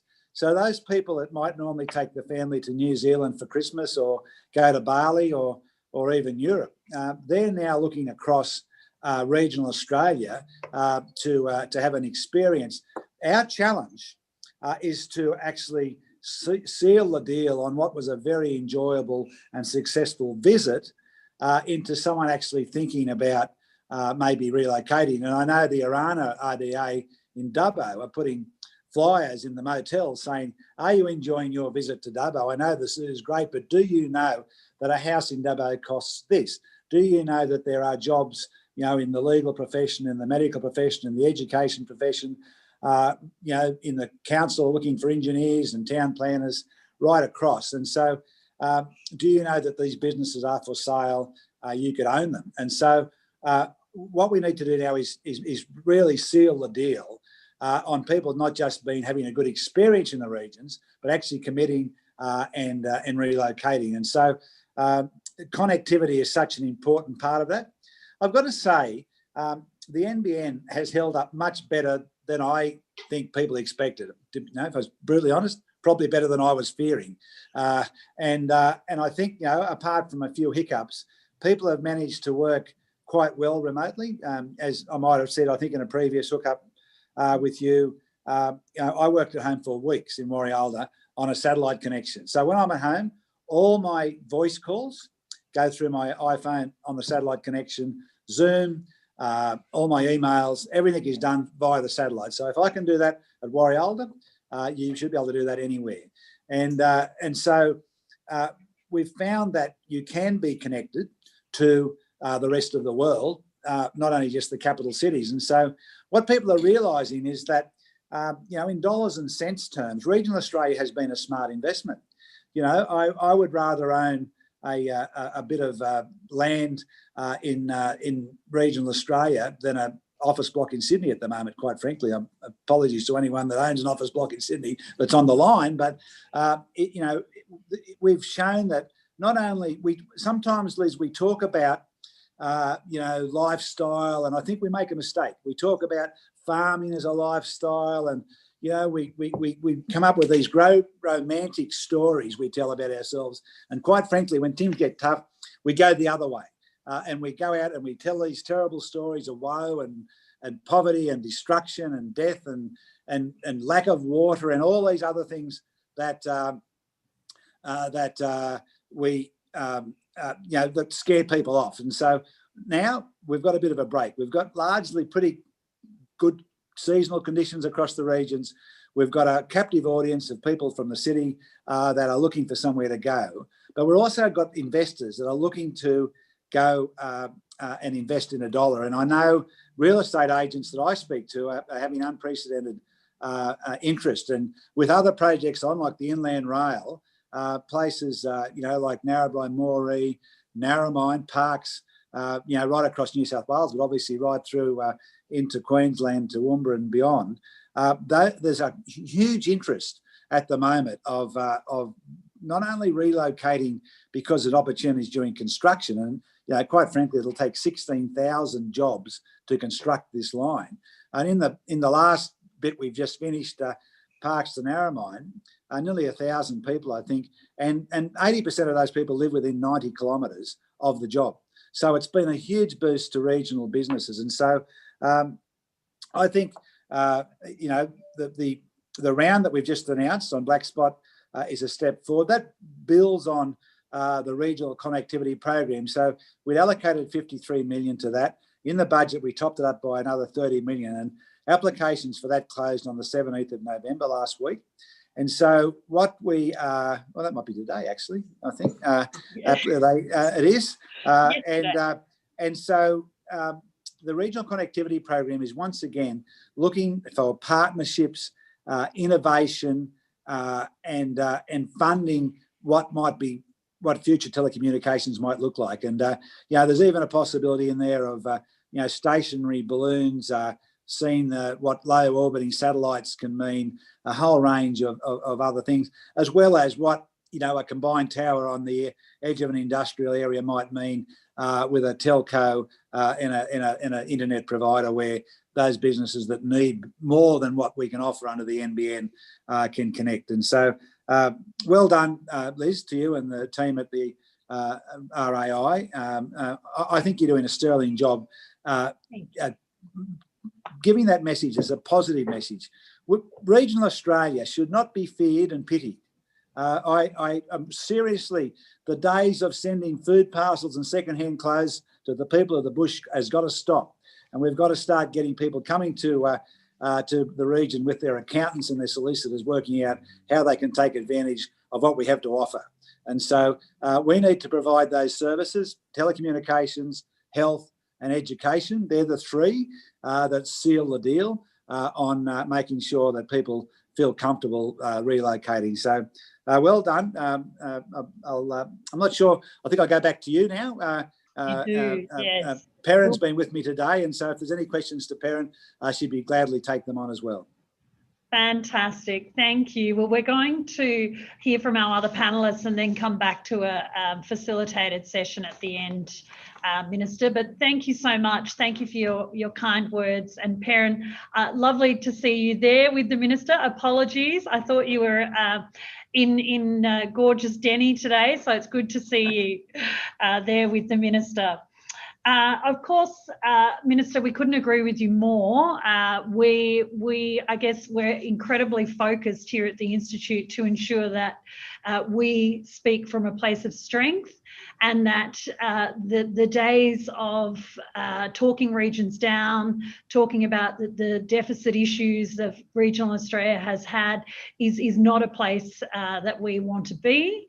And certainly what we've seen both coming through in our recent reports from the big movers and more recently from the banks and CoreLogic data, we're seeing enormous amount of data that's indicating that the movement is happening. And we're incredibly proud here at the Institute to be leading that movement. As I said in my opening remarks, you know, the strategy of regionalisation is live and well, and securing that investment from the federal government in the latest budget was so important to us as a charity and a not-for-profit organisation who represents the regions, to roll out this national awareness campaign, which will be the first of its kind. So you'll be seeing and hearing a lot more about this over the coming years, and we thank you and we thank the federal government. So to our next panellist, David Robinson. David, again, just a brief introduction. Wonderful to have you with us today, representing the Bendigo and Adelaide Bank, who are, of course, our national sponsors on Regions Rising series. David joined Bendigo Bank 19 years ago as a head of financial markets, and today is the head of economic and market research for the bank. So we're absolutely delighted to have you with us, and we welcome you here to today's panel. Over to you, David. Thank you. Well, thanks very much for that introduction, Liz, and good afternoon. It's a real pleasure to join you all for this webinar event, and Bendigo Bank is thrilled to partner with the Regional Australia Institute in this series. So thanks for the invitation extended to me to provide a short update on our view on the economy, both nationally and from a regional perspective. but more importantly, to make some observations and suggestions about where the economy might be heading in a post-pandemic world, when the topics that we've been talking about today, so manufacturing and diversification for regional Australia, digital connectivity and technology, they'll be so important in shaping a sustainable economic recovery, especially in a post-pandemic world. So look, I'll share my screen now to run through some slides to outline our view on where we are and where we're heading. So bear with me for one moment. Hopefully that comes up on the screen now. Look, obviously we've all just been through the largest global recession in 90 years. It's been the largest economic contraction in Australia in living memory, but nevertheless, there are some I think there's been some progress in particular over the last month or two that shouldn't be ignored. And so I do want to extend some very cautious optimism about how that might pan out going through to 2021 and beyond.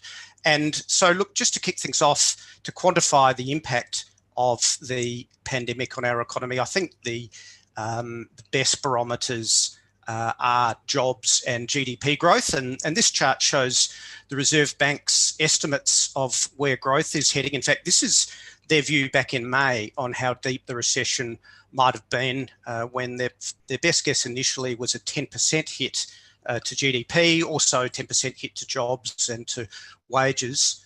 And so the pink line in this chart shows their first blush attempt of guessing where, or estimating where this would all head. And you'll note that that didn't have a return to pre-pandemic GDP until about 2022. But sensibly, the Reserve Bank added a couple of upside and downside scenarios to cater for the wide range of uncertain factors that might ultimately drive the economy. And then 3 months later, you'll see that the economy actually only contracted a fraction over 7%, not 10%. I shouldn't say only, because it's been the largest recession since probably the 1930s. But the new baseline in pink there was shallower, still not fully recovering nationally until 2022. And that's partly been due to the impact of the second wave of COVID-19 in Victoria. But the two-speed economy did make these projections even more complicated. So still the dotted lines there showing some upside and downside scenarios. But fast forward another 3 months to November, so basically the forecasts as of today, and you can see that the baseline there in pink is actually pretty close to the original upside scenario. So it is possible to have upside surprises in a global pandemic. And similarly for unemployment, the initial forecast was for it to hit 10%. That's actually improved to 8%, and I suspect even that may be on the conservative side. But when we think about this 7% contraction to the economy, a massive hit to jobs and to economic growth as we all experienced, but in the end, actually only a handful of comparable countries around the world coped better than Australia did. And I think that does show the success of the policy measures, whether or not it's health policy to contain the virus, fiscal and monetary policy, managing the necessary shutdown of the economy, and then building a bridge to the post-pandemic world. So where to from here? Should we be leaning towards the upside or the downside? And as it happens, the announcements that we've seen through October and November, a number of them I think do lean to the upside. And to list a couple there, I think further good news on the vaccine front would help in that respect. It's certainly been very good news over the last couple of weeks. And I think we get the AstraZeneca trial results out over the next few days. So hopefully that keeps building. The ability to reopen our domestic borders is just so vital, not just reopen them, but to keep them open. And then there's the way we respond to the monetary and fiscal stimulus measures that have been put in place, which are really incentives. And I'll come back to that point in just a moment. But as it happens, all three of those factors, I think, have been encouraging over the last 6 weeks in particular. But it's not a done deal. A downside scenario could emerge, say, if the vaccine news disappoints. There could be further setbacks such as fresh outbreaks, and we've seen the sort of hotspot there in Adelaide. So hopefully that gets contained very quickly and doesn't limit the ability to keep borders open.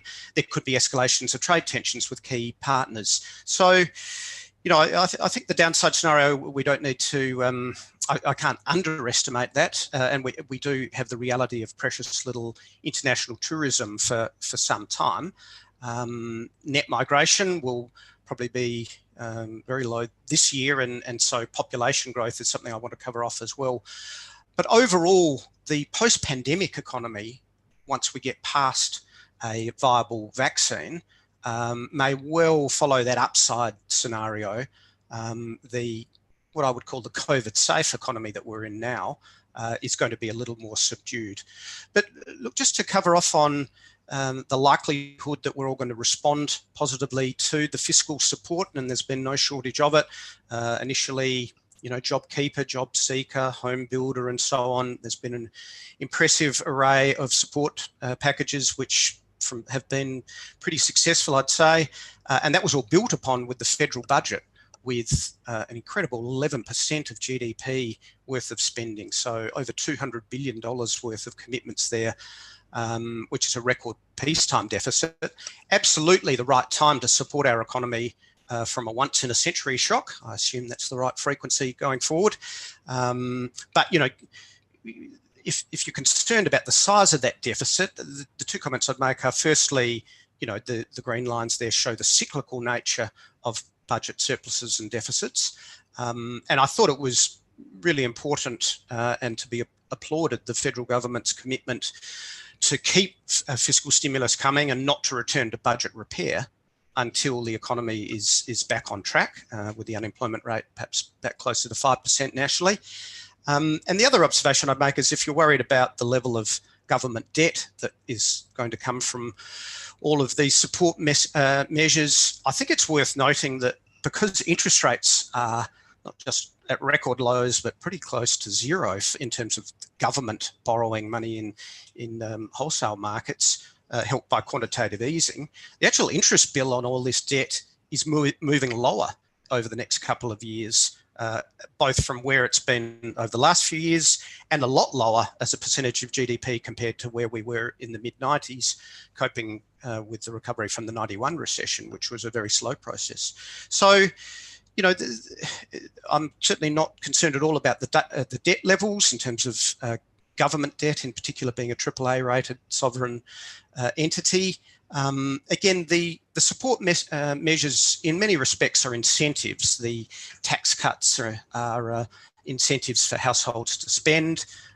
Businesses have incentives to invest and to hire through instant asset write-off and through the wage subsidies.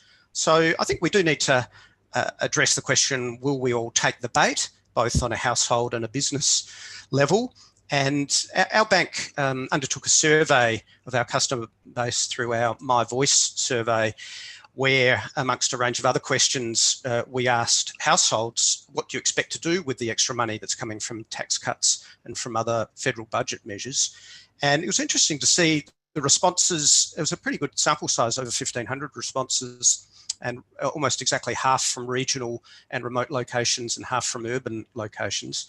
But around about 20% said they would spend the money. Around about a third said they would save it. Another 20% pay down debt, and about a quarter paying some bills. And the data, regional versus urban, was fairly similar or fairly evenly distributed, although regional customers were, those surveyed from regional locations were more likely to pay bills and less likely to save the tax cuts.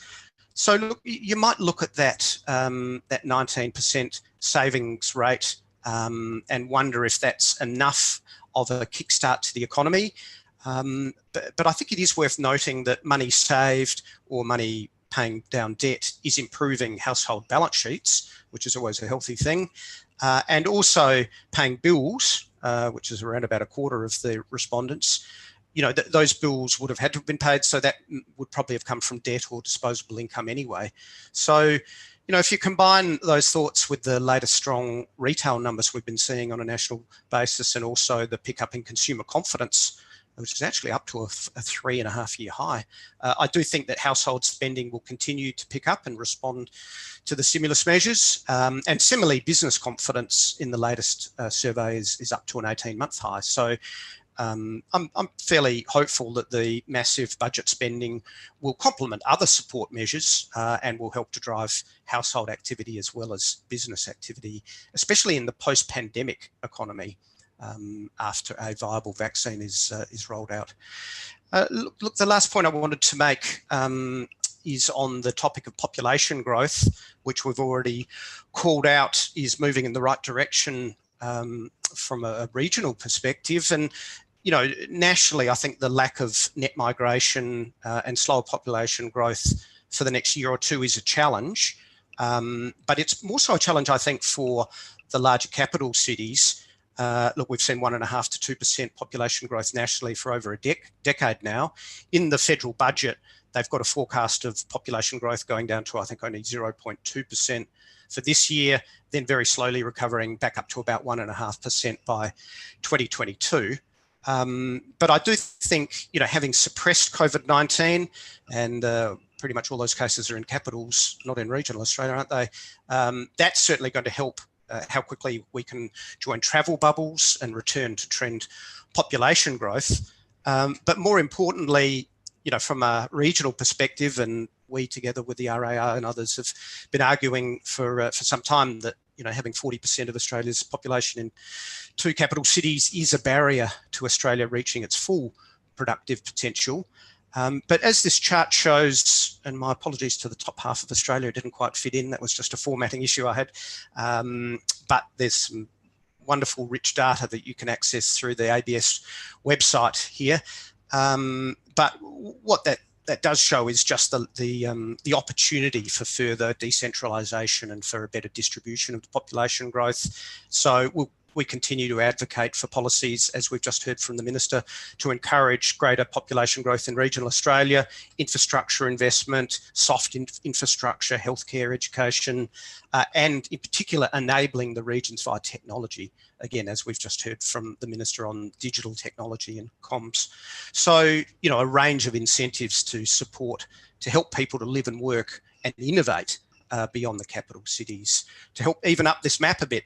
And look, just on the population growth rate by region, it's shown in the chart.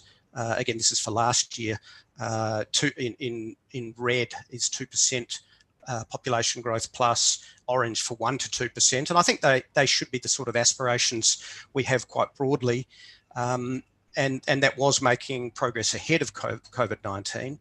But since March, we've actually seen a sharp rise in demand for regional property through our branch network and through anecdotal evidence through the network, and also through property prices, which I know we've already touched on a little bit. But you know, at the same time, through COVID-19, that the average dwelling price in Melbourne has fallen 5%, and Sydney probably about 3.5%. There's actually been a year-on-year and a 6-monthly rise in prices in regional locations, and the volumes back that up. So look, I'm pretty confident that regional population growth, demand for property will continue, not just through the COVID period, but beyond. And a lot of that is assisted by technology, enabling us to work and run businesses wherever we want to, not just near crowded capital cities. So the discussion on digital technology is right on cue, and that's certainly going to help GDP and jobs growth to be more sustainable and better distributed, and will build resilience for future shocks. So look, in conclusion, on the raw numbers, as an economist, I can't resist the opportunity to give a prediction or two. Nationally, the economy contracted about 7.25% in the first half of the year, should be rebounding probably about 3.5% in the second half of the year that we're in now, and then between about 3 to 5% next year. And that's subject to some of the variables that we've already touched on in those upside downside scenarios.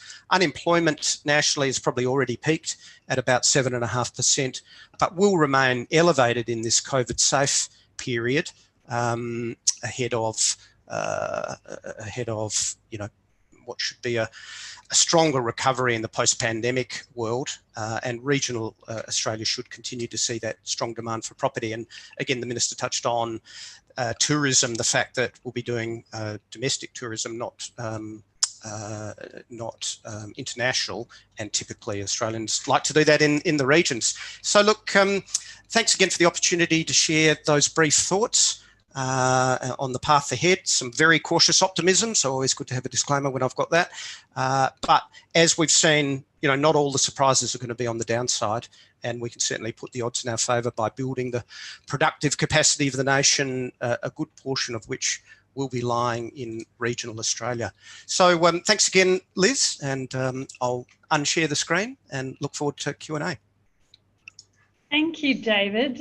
Such an interesting presentation there, and I know I've got a number of questions to come back to you with in our Q&A facilitated session, but it was a lovely segue to our third presenter, Gavin Williams, who I know is on the road and joining us here.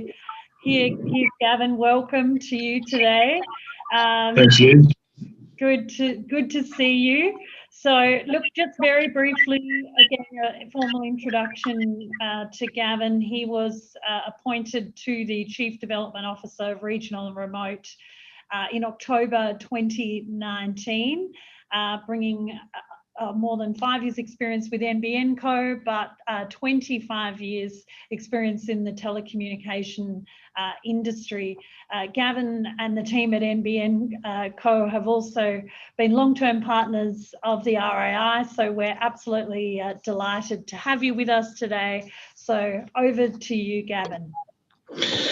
Thanks, Liz. And yeah, 25 years in the industry. It's actually more than that, but I think it makes you sound much older if you said 30 plus years in the industry.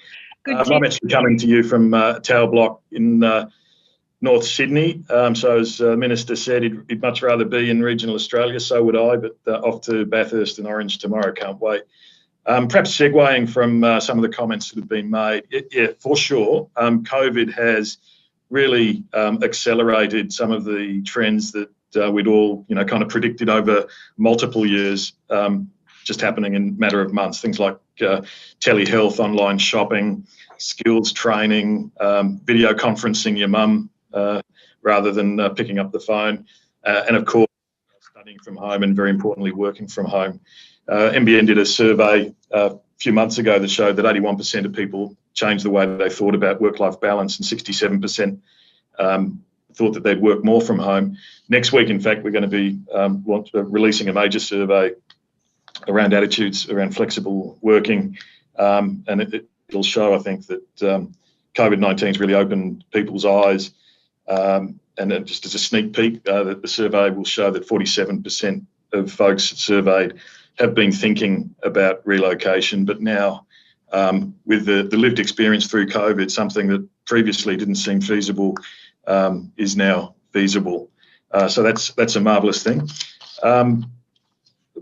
You talk, Liz, and the RAA have long advocated for a multifaceted range of imperatives really that need to land to make regional Australia a really fully fledged foundational opportunity for the country and a decentralised workforce. Livability is one key thing, and competitive infrastructure for businesses is another, and the Minister touched on that as well. So a few updates from NBN over the last little while. We've learned from COVID, and we've identified opportunities with low interest rates and opportunity to pump prime evolution of our business. And we announced recently a very ambitious program to upgrade part of our networks to push fibre deeper, $4.5 billion program, and about a half of the upgrade, in fact, is going to be into regional Australia. And matter of fact, as part of our broader operating plan and business plan, we'll be investing over $2 billion in regional Australia in several areas. That includes the upgrade of fibre to the node to fibre to the premises on demand, and about 1 million premises in regional Australia there. Part of our baseline program includes significant sums in the upgrade of fixed wireless capacity over years. We've also announced a $300 million co-investment fund so that we can work with councils and state governments and the Commonwealth to further grow our fibre infrastructure and push fibre deeper into regional Australia. And very importantly, part of a $700 million package of business fibre zones, which is really the single-minded message I'd like to impart in my few minutes here. Before I do, if you can go to the next slide, just another update, and I think an important role for NBN. Looking at the impacts of Black Summer, the devastation across vast swathes of Australia, but not least in the southeast of New South Wales, we identified an opportunity to provide a more permanent presence to support bushfire recovery in that area. And we launched a couple of weeks ago NBN's first community hub in regional Australia. We've got our staff out the front there. So it'll support in the near term, it's a great opportunity for local residents and businesses in the region to help them recover and operate as a relief centre for bushfires. But our hope is that over time, in fact, this will serve as an innovation hub for local businesses. And it'll also inform us on ways that we can build or partner with other entities across the country to support innovation in regional Australia. Perhaps if we jump 2 slides on, please, to the business fibre zone. Next slide. Just in the interest of time. So, sorry, back one. Just so, what are business fibre zones? There is no business that I've spoken to that is not going through a digital transformation. Everybody is, whether it's a traditional, what you might think is a traditional manufacturing business like building agricultural equipment, through to professional services and conveyancing. Agricultural equipment manufacturers are using computer-aided design and needing to upload designs in the cloud. Conveyancers are needing to, just about all conveyancing's online. The digital transformation is upon the length and breadth of enterprises. The sorts of broadband services that you use at home have a bias for speed coming down. This is you watching Netflix or ABC iView at night, and less emphasis on speed going up to support cloud applications and file storage and backup, online processes and collaboration such as we're doing now.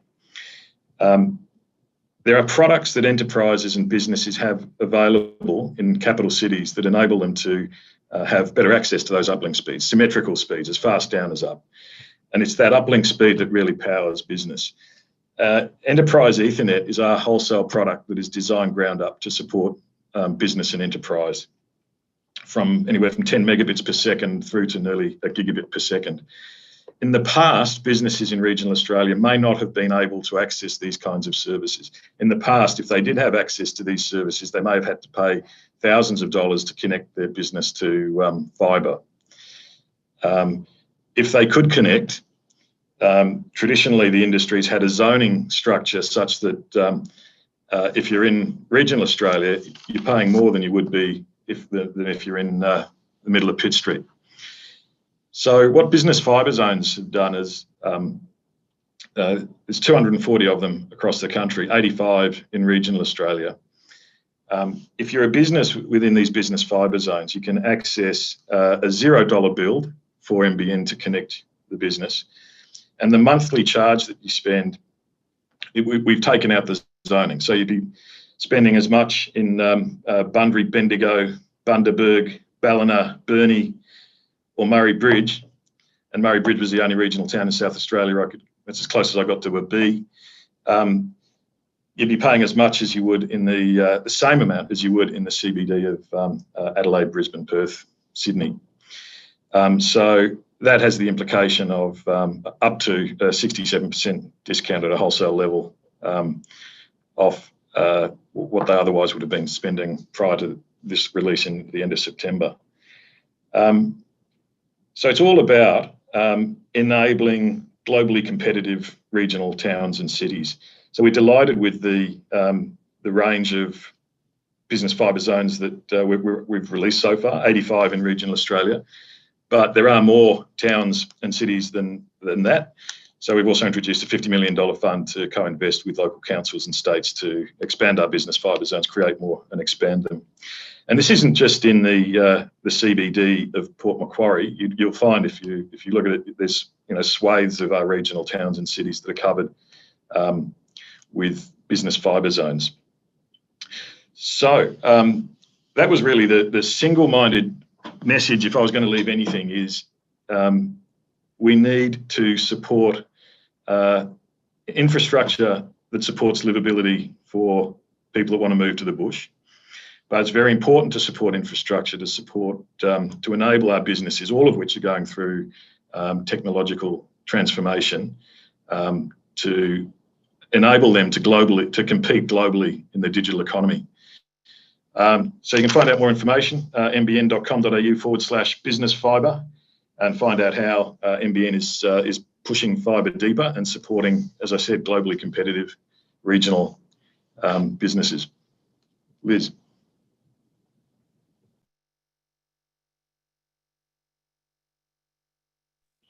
Sorry, everyone.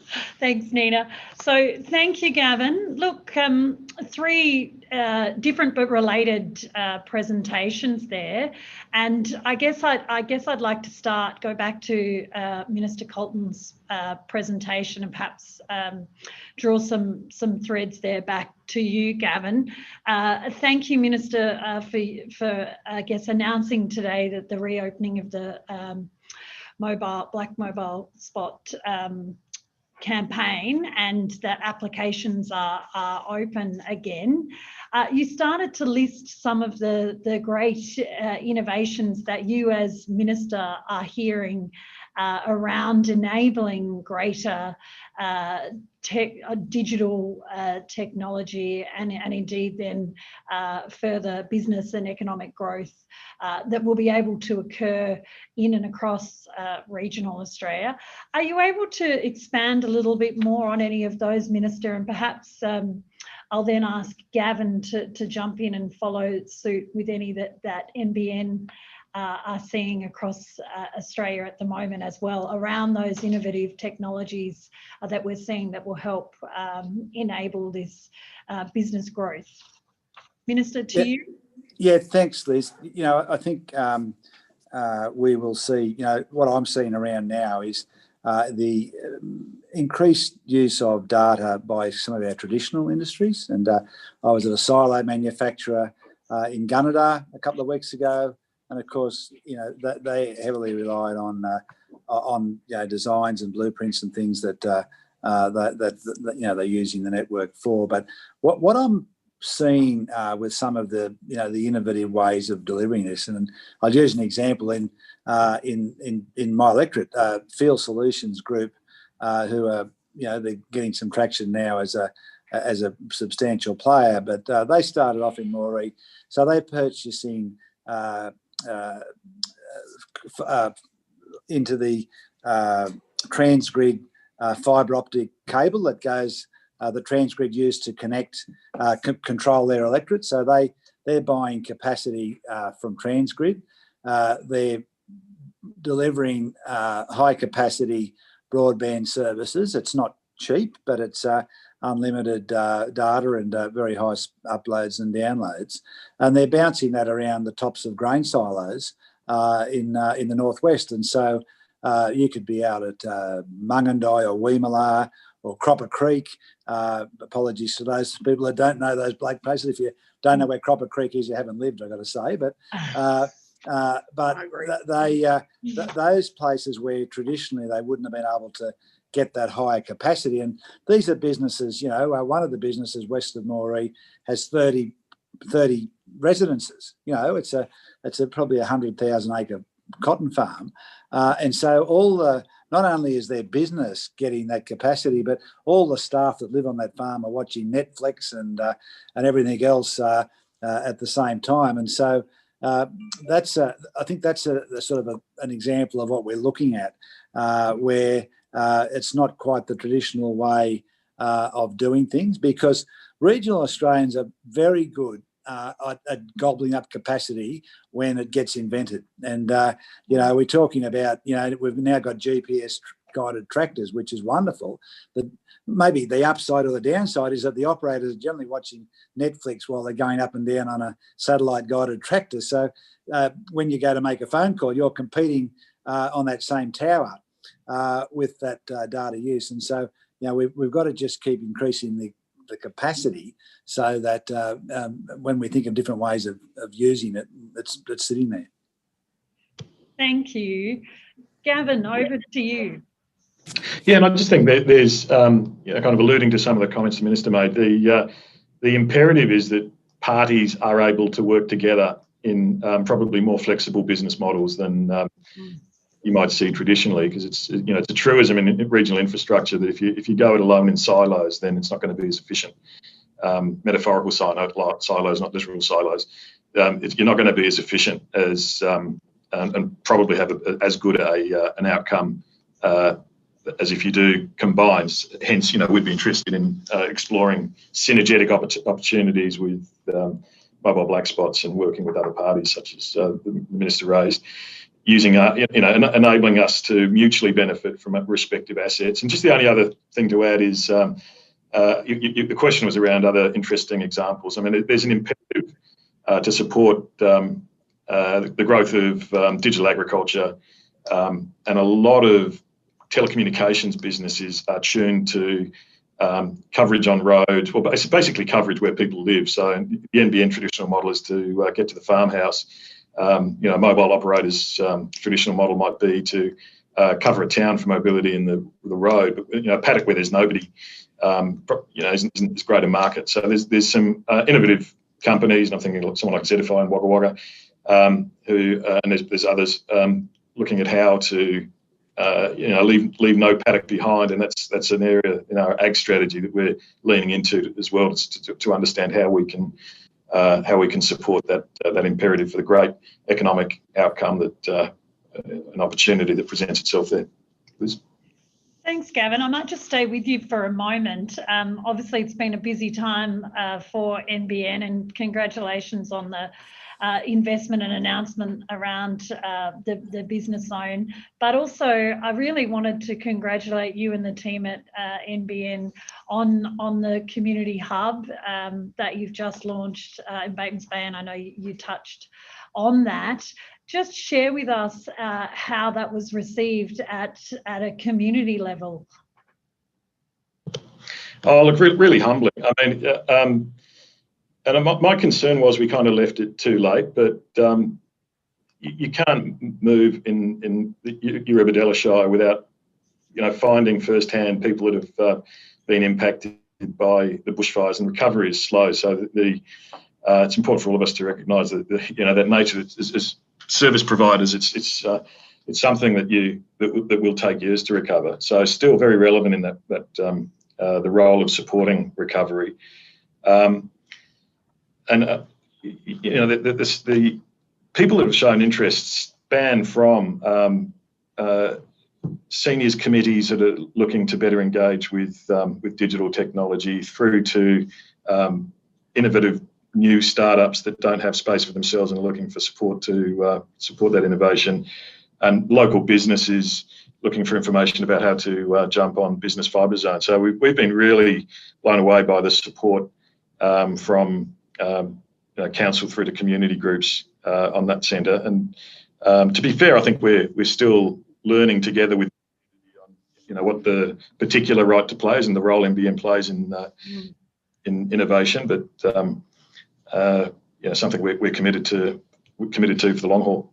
I'm really delighted in that, and obviously we've got David from Bendigo and Adelaide Bank and NBN are also members of RAI's Regional Australia Council 2031, and the council was really formed to ensure that corporate Australia was prioritising regional. And examples of I think the community hub that NBN and regional hub that you've launched is exactly the type of thing that we've been talking about, and that we've certainly been talking to Minister G and the team, his team and the government around understanding and I guess reimagining what the new decentralisation / regionalisation policy may look like for our country moving forward. So I think it's a really great example, and I think we'll start to see a lot more of that across regional Australia. So I really look forward to keeping tabs on its progress, Gavin, with you and the team. But look, we're starting to run short on time, and I'm really want to draw David in here and come full circle. I loved your presentation. Love to see that I guess we've been much closer to the upside data rather than the downside data that you presented. And I think all of us have been humbled by the way that Australia and our leaders, I guess, have navigated Australia's course through COVID. I think you mentioned in your presentation on a global standing, we've stood well and perhaps surprisingly, I guess. David, the question I would say to you as an economist, and I know you would have many economists in your peer group, are you surprised with what you've seen and how Australia has managed to avoid, I guess, worst case scenarios? We heard the Treasurer and the PM at length talking about the unemployment getting above that 10%, and yet I hear from you and others that we're more likely around that 7.5%, and that will reduce quite swiftly. So I'm just interested, as an economist, were you surprised by that? And you mentioned some of the policies that helped get us there, but do you think there are other things that Australia has done that other countries haven't?